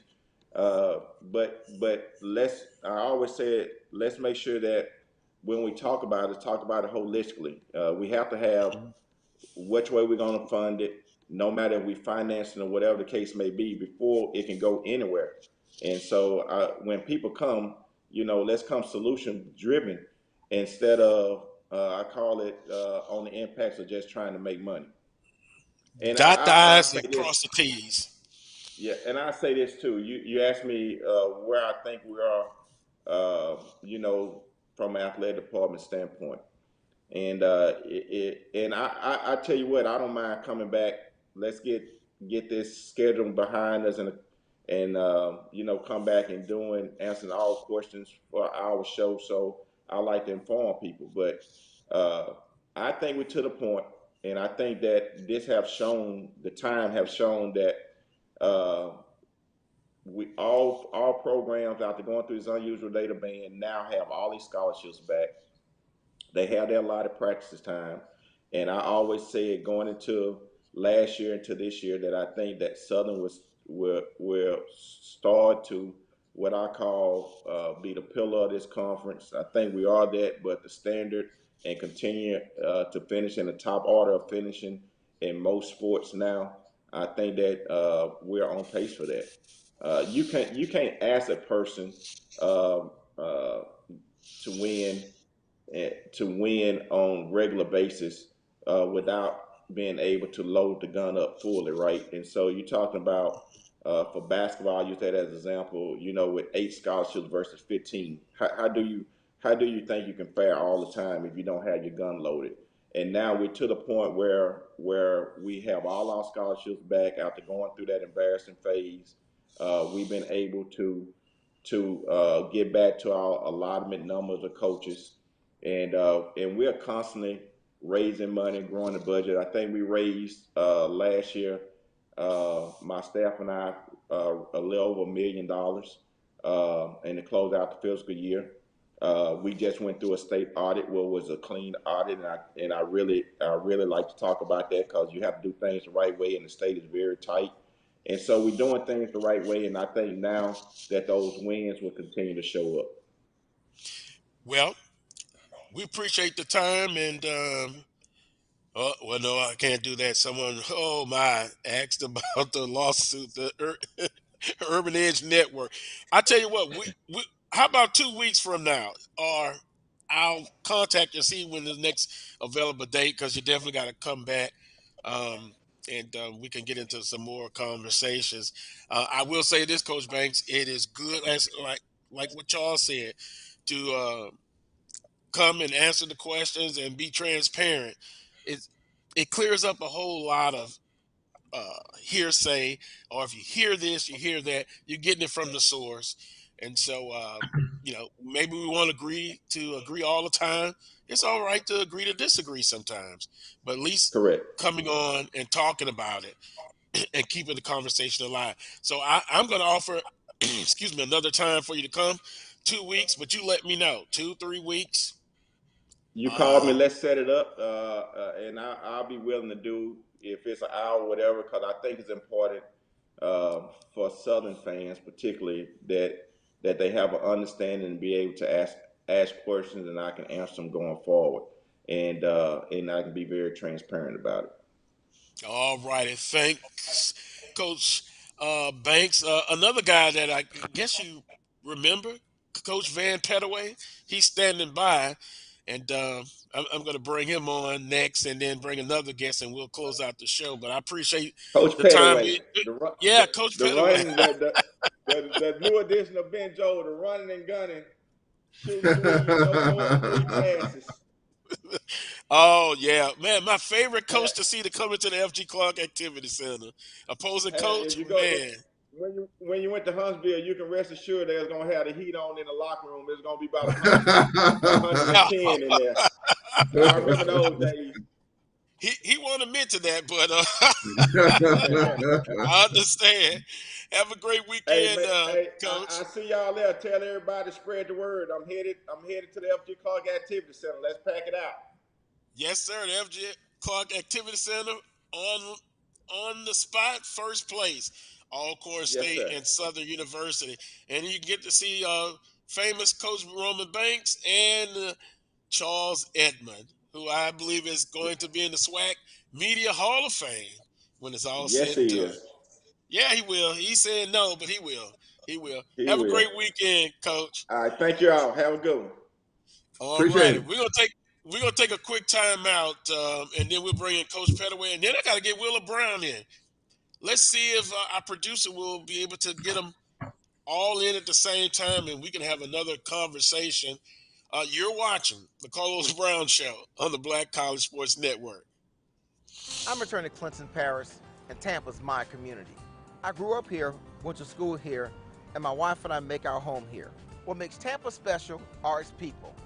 So when I represent someone injured in my community, it's personal. Call my office and speak to a real lawyer and not some referral service. I will fight the insurance companies to get the settlement that you deserve. At the law office of Clinton Parish, we take the pain out of being heard. Maureen is saving big holiday shopping at Amazon, so now she's free to become Maureen the merrier. Food is her love language, and she really loves her grandson. Like, really loves. It's never too early to plant the seed, to share the tradition, and instill a sense of pride in your HBCU with your little ones. HBCU Pride and Joy Children's Boutique helps you share your school spirit with a wide selection of adorable kids' apparel and accessories officially licensed from your favorite HBCU. Visit hbcupridejoy.com and follow us on all social media at HBCU Pride Joy on Facebook and Twitter.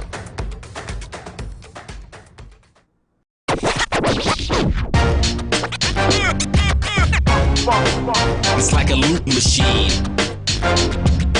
All around town, people trying to get down.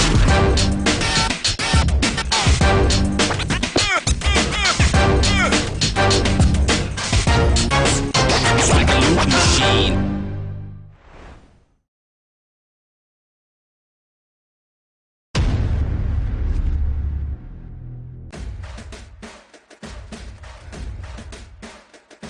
HBCU League Pass. Watch your favorite black colleges. Some of the best players in the land. HBCU League Pass.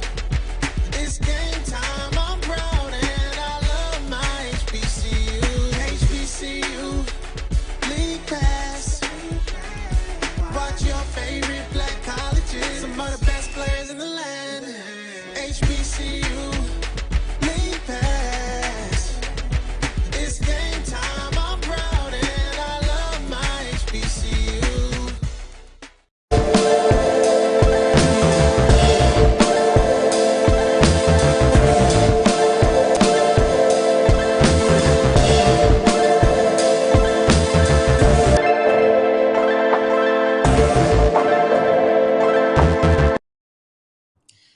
Well, I try to be transparent, and I'll have to follow that rule. Um, if you're watching us on the Black College Sports Network Facebook page, jump over to the Coles Brown Facebook page or youtube.com/myjbn1 to see the conclusion of the show. Our Black College Sports Network Facebook page is getting ready, and they've already started to broadcast their Super Saturday of HBCU basketball games featuring Tuskegee at Miles. And that started already. So I had to be transparent. I missed my break time. I was supposed to do that before the break. So I definitely apologize. But now I have Coach Vann Pettaway in his beautiful maroon, I almost said red, maroon and white, Alabama A&M, Willa Brown, AD at Fort Valley State, and then Charles Messy Edmonds. That's his new nickname, Charles Messy Edmonds. With that football scheduling, but guys, for Willa Brown and Coach Pettaway, good afternoon. Coach Pettaway, you agree? Yes. Game of the week in the conference, Alcorn State and Southern University. Your thoughts on that ball game? I think that's two of the best men's teams in the league. They're going head to head. Southern should have the advantage. They're playing at home. But here's the thing, though. Coach Bussey's team, they travel well. They play on the road. I mean, because he starts it with his defense. So anytime that you do that, defense travels everywhere. Offense may not show up, but defense will be there. And I think it's a great matchup. It's going to look good for the SWAC to have two of the top 10 teams on the men's side. And then when you look at the women, I like Jackson State and Grambling today. I think that's going to be a big game on the women's side because Jackson State showed their vulnerability when they lost out at Texas to Prairie View, but since then they have rebounded and have come back. And then also on the men's side, Carlos, you better get ready for Texas Southern. They're healthy now, and they're playing well. And picked to win it all. And then also that women's basketball game you mentioned, Jackson State and Grambling State, has started 12:30 on HBCU Go TV. Wheeler, I actually saw on social media. I think it was a game Fort Valley State against somebody. I don't know if it was last week, but the atmosphere, I just saw it on social media. It looked pretty doggone good. Who was it? Fort Valley State That was hosting, Albany I think. State. That Oh was boy, Albany Albany. that's a State. that's a That's the big rivalry. rival. Yeah, Yeah, that's the That rival that game. was our basketball homecoming, I guess you want to call it that. And but that's always a barn burner, no doubt about that. But we did Willa, have a do you? great crowd.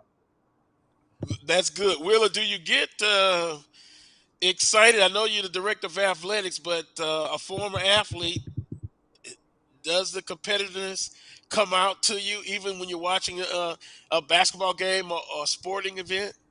Oh, of course, of course. You have to kind of try to temper it down a little bit, because you want to. Well, I mean, when you're at home, you don't have to be equal across the board, so you can go ahead and cheer for your squad outright, that sort of thing. And me being a former college basketball coach, also basketball is dear to me too. And so I like to pick it apart and strategize and all that sort of thing and stuff. So that's why I kind of sit up in a corner by myself, away from folks, so that I can say and do what I want to do and not offend anybody. Well, see, and see that's the difference, Charles. You call games, Coach Pettaway, coach, coach it, Willa Brown, coach it. I'm the fan. And guess what I'm doing? I'm sitting with my best friend in the crowd and I'm looking for everything that's not going right or what they're doing wrong. And I warn people around me, I'm not being negative per se, but I'm just looking at what can happen, what they need to improve on during the game. But of course, I'm not a coach. Coach Pettaway, so with that Yes. being said, who do you like in this game? Can I put you on the spot? Well, I think right now Coach Wood has more to prove. I think this is his year. This is his contract year. So I'm banking on him being at home, uh, pushing his kids a little. It's going to be a close game. Number one, it's going to be a I hard fought agree. game. But I think your Jaguars might come out of this one. They might come out of this one today, uh, because of the fact that they got to separate themselves if they want to win this championship. And I think Coach Woods will get behind those kids. Hey, but Carlos, let me say something. I came Hmm. in and I was able to hear a lot of the first segment. I want to thank I want to thank your athletic director down there at Southern University, and also Hmm. Mr. Brown, who's on today, because what they do, they tell it like it is, and they're transparent. And I think that's what's been wrong a lot of times in the SWAC. The fans are up in arms a lot of times because they don't know. But when you have Hmm. athletic directors who are willing to put it out there, I think it helps everything. Because like the ticket situation and buying mobile tickets and stuff like that, when an athletic director, an administrator in athletics, and your president of the university, when they're transparent, it makes it easier for the fans and everybody. So I just want to thank both of them because over the years, uh, they have been transparent, and that's what we need more of that. We need more of that from our athletic directors and our presidents to get the word and the correct message out to our alum and our fans. And I promise you, I think we'll have a better product when they do that. So I just want to commend them for what they're doing. Just continue to do that. Yes, Thank you, I Coach. agree. And Carlos, I want to add. I want to Mhm, add to what Coach Pettaway just said. There's not a mhm, lot of shows out there. Well, there are a lot of shows out there. There are not a lot of shows out there like yours that's willing to go that extra mile to find out, the nuts and bolts and, the fine tunings in terms of, how things actually work within a department, that sort of thing. A lot of times, we only see our mhm. faces when somebody like Ed Reed rants and raves, or, somebody like Prime got something to say, that sort of thing and stuff. But very rarely do we as athletic directors have the kind of forum that you provide, to be able to come out and let our constituents know exactly what's going on. So I'm like Coach Pettaway.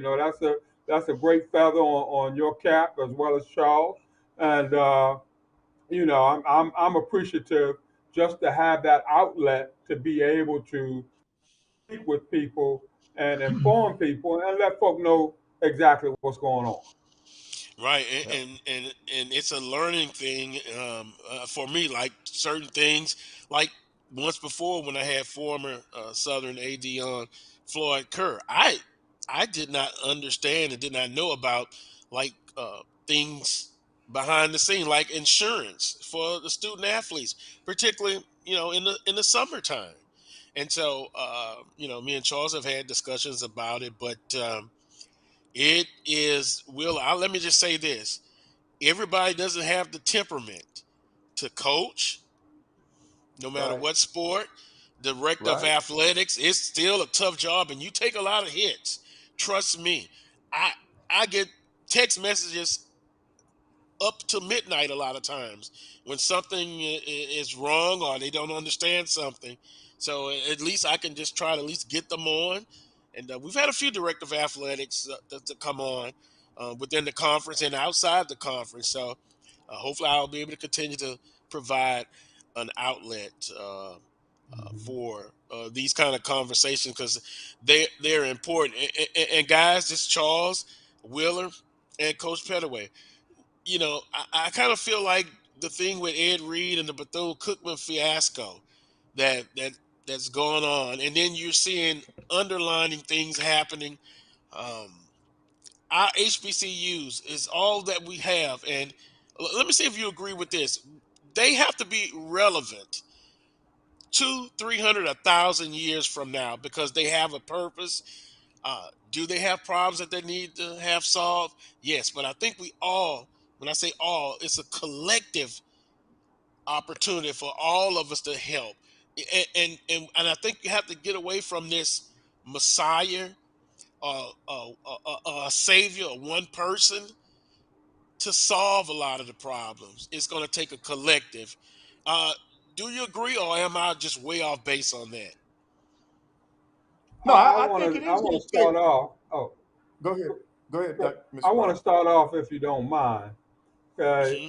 who could not have seen that coming? Right. Who could not have seen that Ed Reed fiasco coming? I mean, if you do your due diligence, if you do your homework and research, okay, and understand the character or characters that you're looking at, that sort of thing, who in their right mind could not have seen that coming? So no way you touch that guy. And there's no knock against Ed Reed. No way you touch that guy with a 10-foot pole. You look back at the history. I mean, you have to know somebody that knows somebody that knows somebody. But if you do your due diligence, you know this guy is a hothead. He played that way. He Temperament, yep. exhibited himself that way almost 24/7. Why would you not think that he's not going to criticize you or say something bad about his surroundings if he sees it? He don't know that he's doing something wrong. He's not ingrained in our culture. He doesn't know.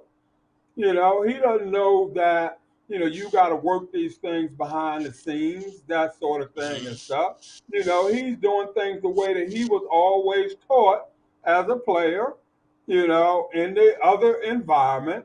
You bring it out right now, you put it out there for the street to see, for the world to see, and you deal with it accordingly.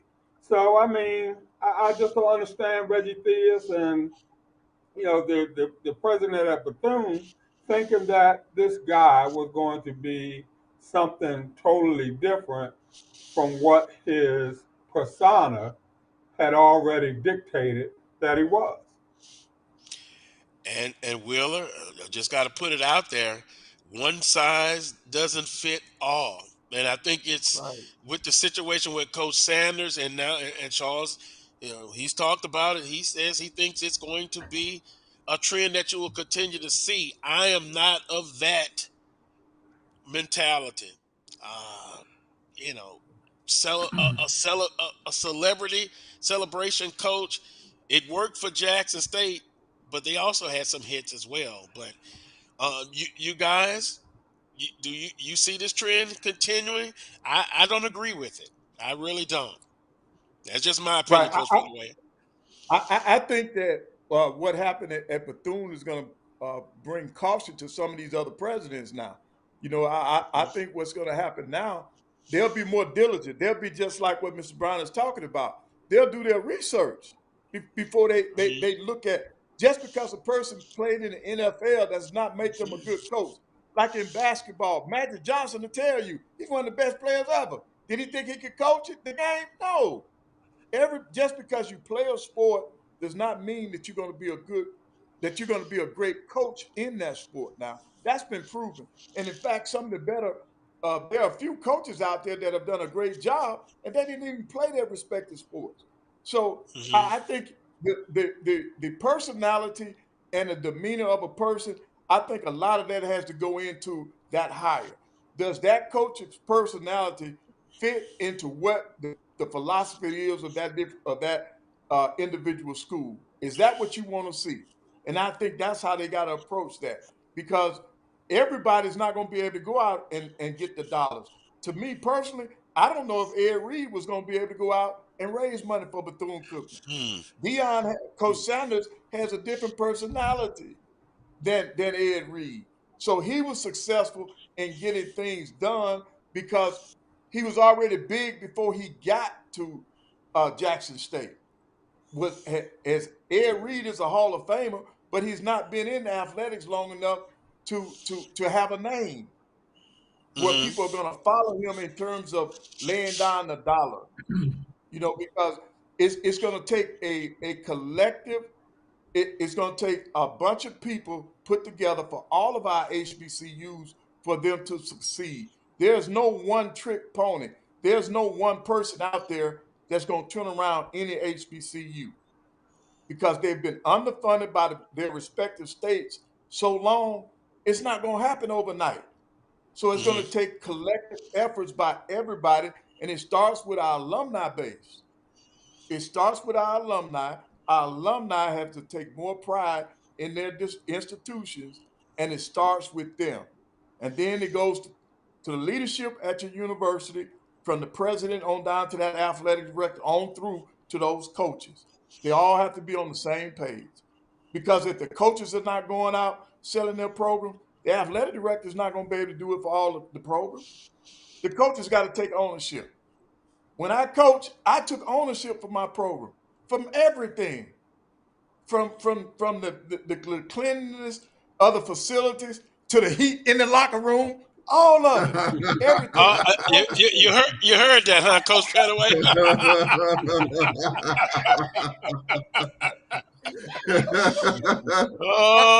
just had to pull that out because everybody complained about the heat. Now this is just the God had the truth. You had a choice.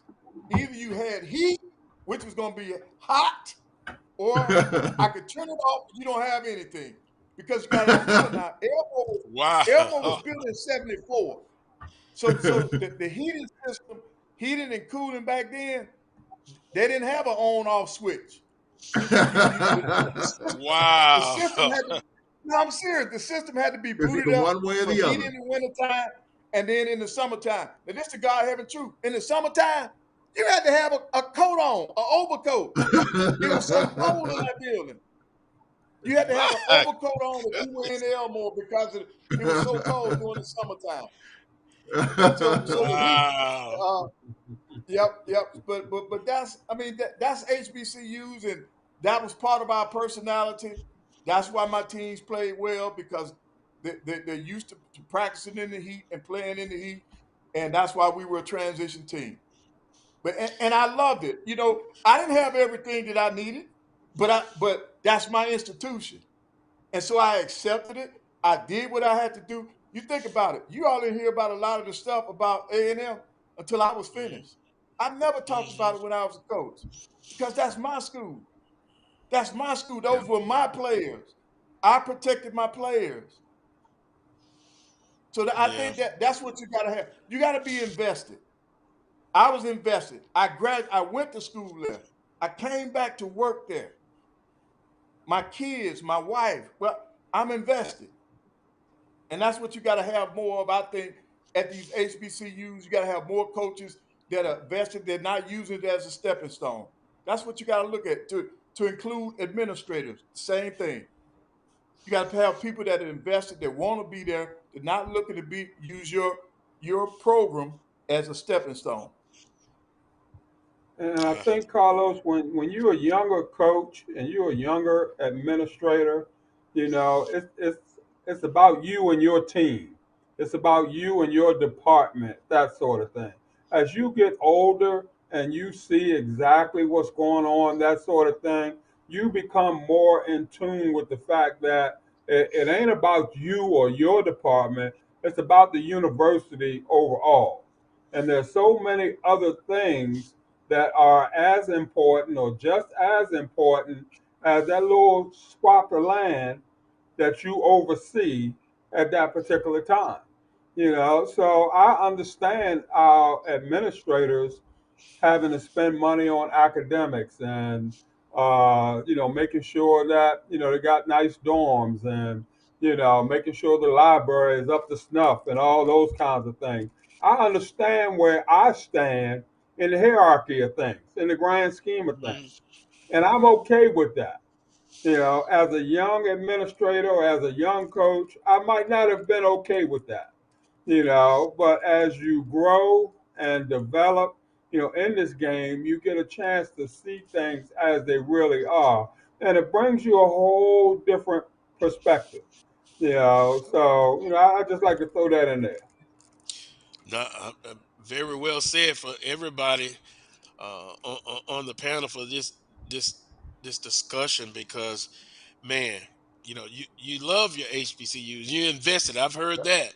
Um, and if you love it, you won't let nobody hurt it. And so that's why, and I Yep. said earlier, circle the wagons because you have some that are not don't know much about the HBCU culture. And if you expect them to come in and understand it, they're not. So circle the wagons. We got to make sure our HBCUs are viable, both academically, athletically, and so the future will look bright as far as with our HBCUs. Um, we're literally out of time, and All but right. we'll come back next week. But a closing comment from Charles Wheeler and Coach Pettaway about today's show, or what's on your heart to say. For me, just quickly on the whole Bethune-Cookman situation, I just hope they get it together. However way, whether it's the president, whether it's Reggie Diaz, whatever, because it's more than just about Ed Reed. It's about the student athletes. It's about the university. They've gone through a lot in terms of natural disasters. Hope they get it together because we're all a family. We're all SWAC, and we are SWAC. And so let's just hope the SWAC school Bethune-Cookman gets it together because we all need each other. Right. And I'm gonna piggyback off of Charles. We got to do what's best for the conference. We got to do best at. We're members of the SWAC. We got to always push our conference, push our institutions, and we got to have more people. We got to have more administrators who see eye to eye with the coaches and administration in the terms of the goal of the university. And I think that's what you got to have. I Wheeler, just want to throw my message out there to all HBCUs. Let's stop the madness. Stop the madness. This star thing, and I got to make the biggest splash and all that sort of thing and stuff. Let's just go back to the nuts and bolts. What are we about? What is it that we're looking for? What's going to be the best for our kids? That sort of thing and stuff. Let's get away from who star shines the brightest and all that sort of thing. Let's reward those guys who have come up in the trenches and pull themselves up by the bootstraps, in order to, coach on our respective levels. Let's reward those people, Yes. and stop shooting for the flash in the pan and try to catch lightning in a bottle, that sort of thing and stuff. And we just I'm an old school kind of guy. I admit it. I'll be that way till I die. And I just want us to get back to the way things used to be when we really cared about the kids, when we really invested in their well-being and wanted to watch them grow and develop and all that sort of thing and stuff. It ain't about the names on the back of the jersey, it's about the name on the front of the jersey, that sort of thing. So I just want us all to get back to that day. And maybe we will, maybe we won't, but I just want to throw that one out there. Well, guys, I appreciate it, and I learned so much from you guys, and I love talking with you, and you bring a great perspective to the show. So if unless something changed next week, let's all get back together. Yep. We can talk some more about issues that are affecting HBCUs, also swag basketball. Coach Pettaway believes that Southern could possibly pull it out. Charles, I know you are going to be pulling for the break. Yeah, there we go. There we go. But I'll just say this. Whoever loses this ball game today, it won't be the end of the season. Oh, But for no. whoever wins it, they'll just have a Yep. leg up. But there are Yep. teams coming up from the middle and the rear. I think this conference race will go down to the end. I appreciate Charles for Quickly, coming on. Carlos, this Go is ahead. the only time we're going to play Southern. I think that's another factor we don't talk about a lot. Some teams you're only playing one time. This is the only time we'll play Southern. So the tiebreakers will come into a factor if we're tied at the end. It's not like we're playing teams twice like we used to be. This is the only show in town, Alcorn and Southern in the regular season, unless we meet in the tournament. So that makes this matchup even bigger. Yep. I guess I better whisper a quick text to Coach Woods to let him know, don't let me down. Or Coach Funches, I'm gonna start whispering in your ear. Hey, it is my job to just keep you focused. I'm being facetious. Willa, Coach Pettaway, Melody, our producer, appreciate everyone for tuning in and watching. Make sure you join us next Saturday at 11 a.m. Central Standard Time for another edition of the Carlos Brown Show right here on the Black College Sports Network. Boy, there he goes with that chant. Until next Saturday, peace and God bless. All right.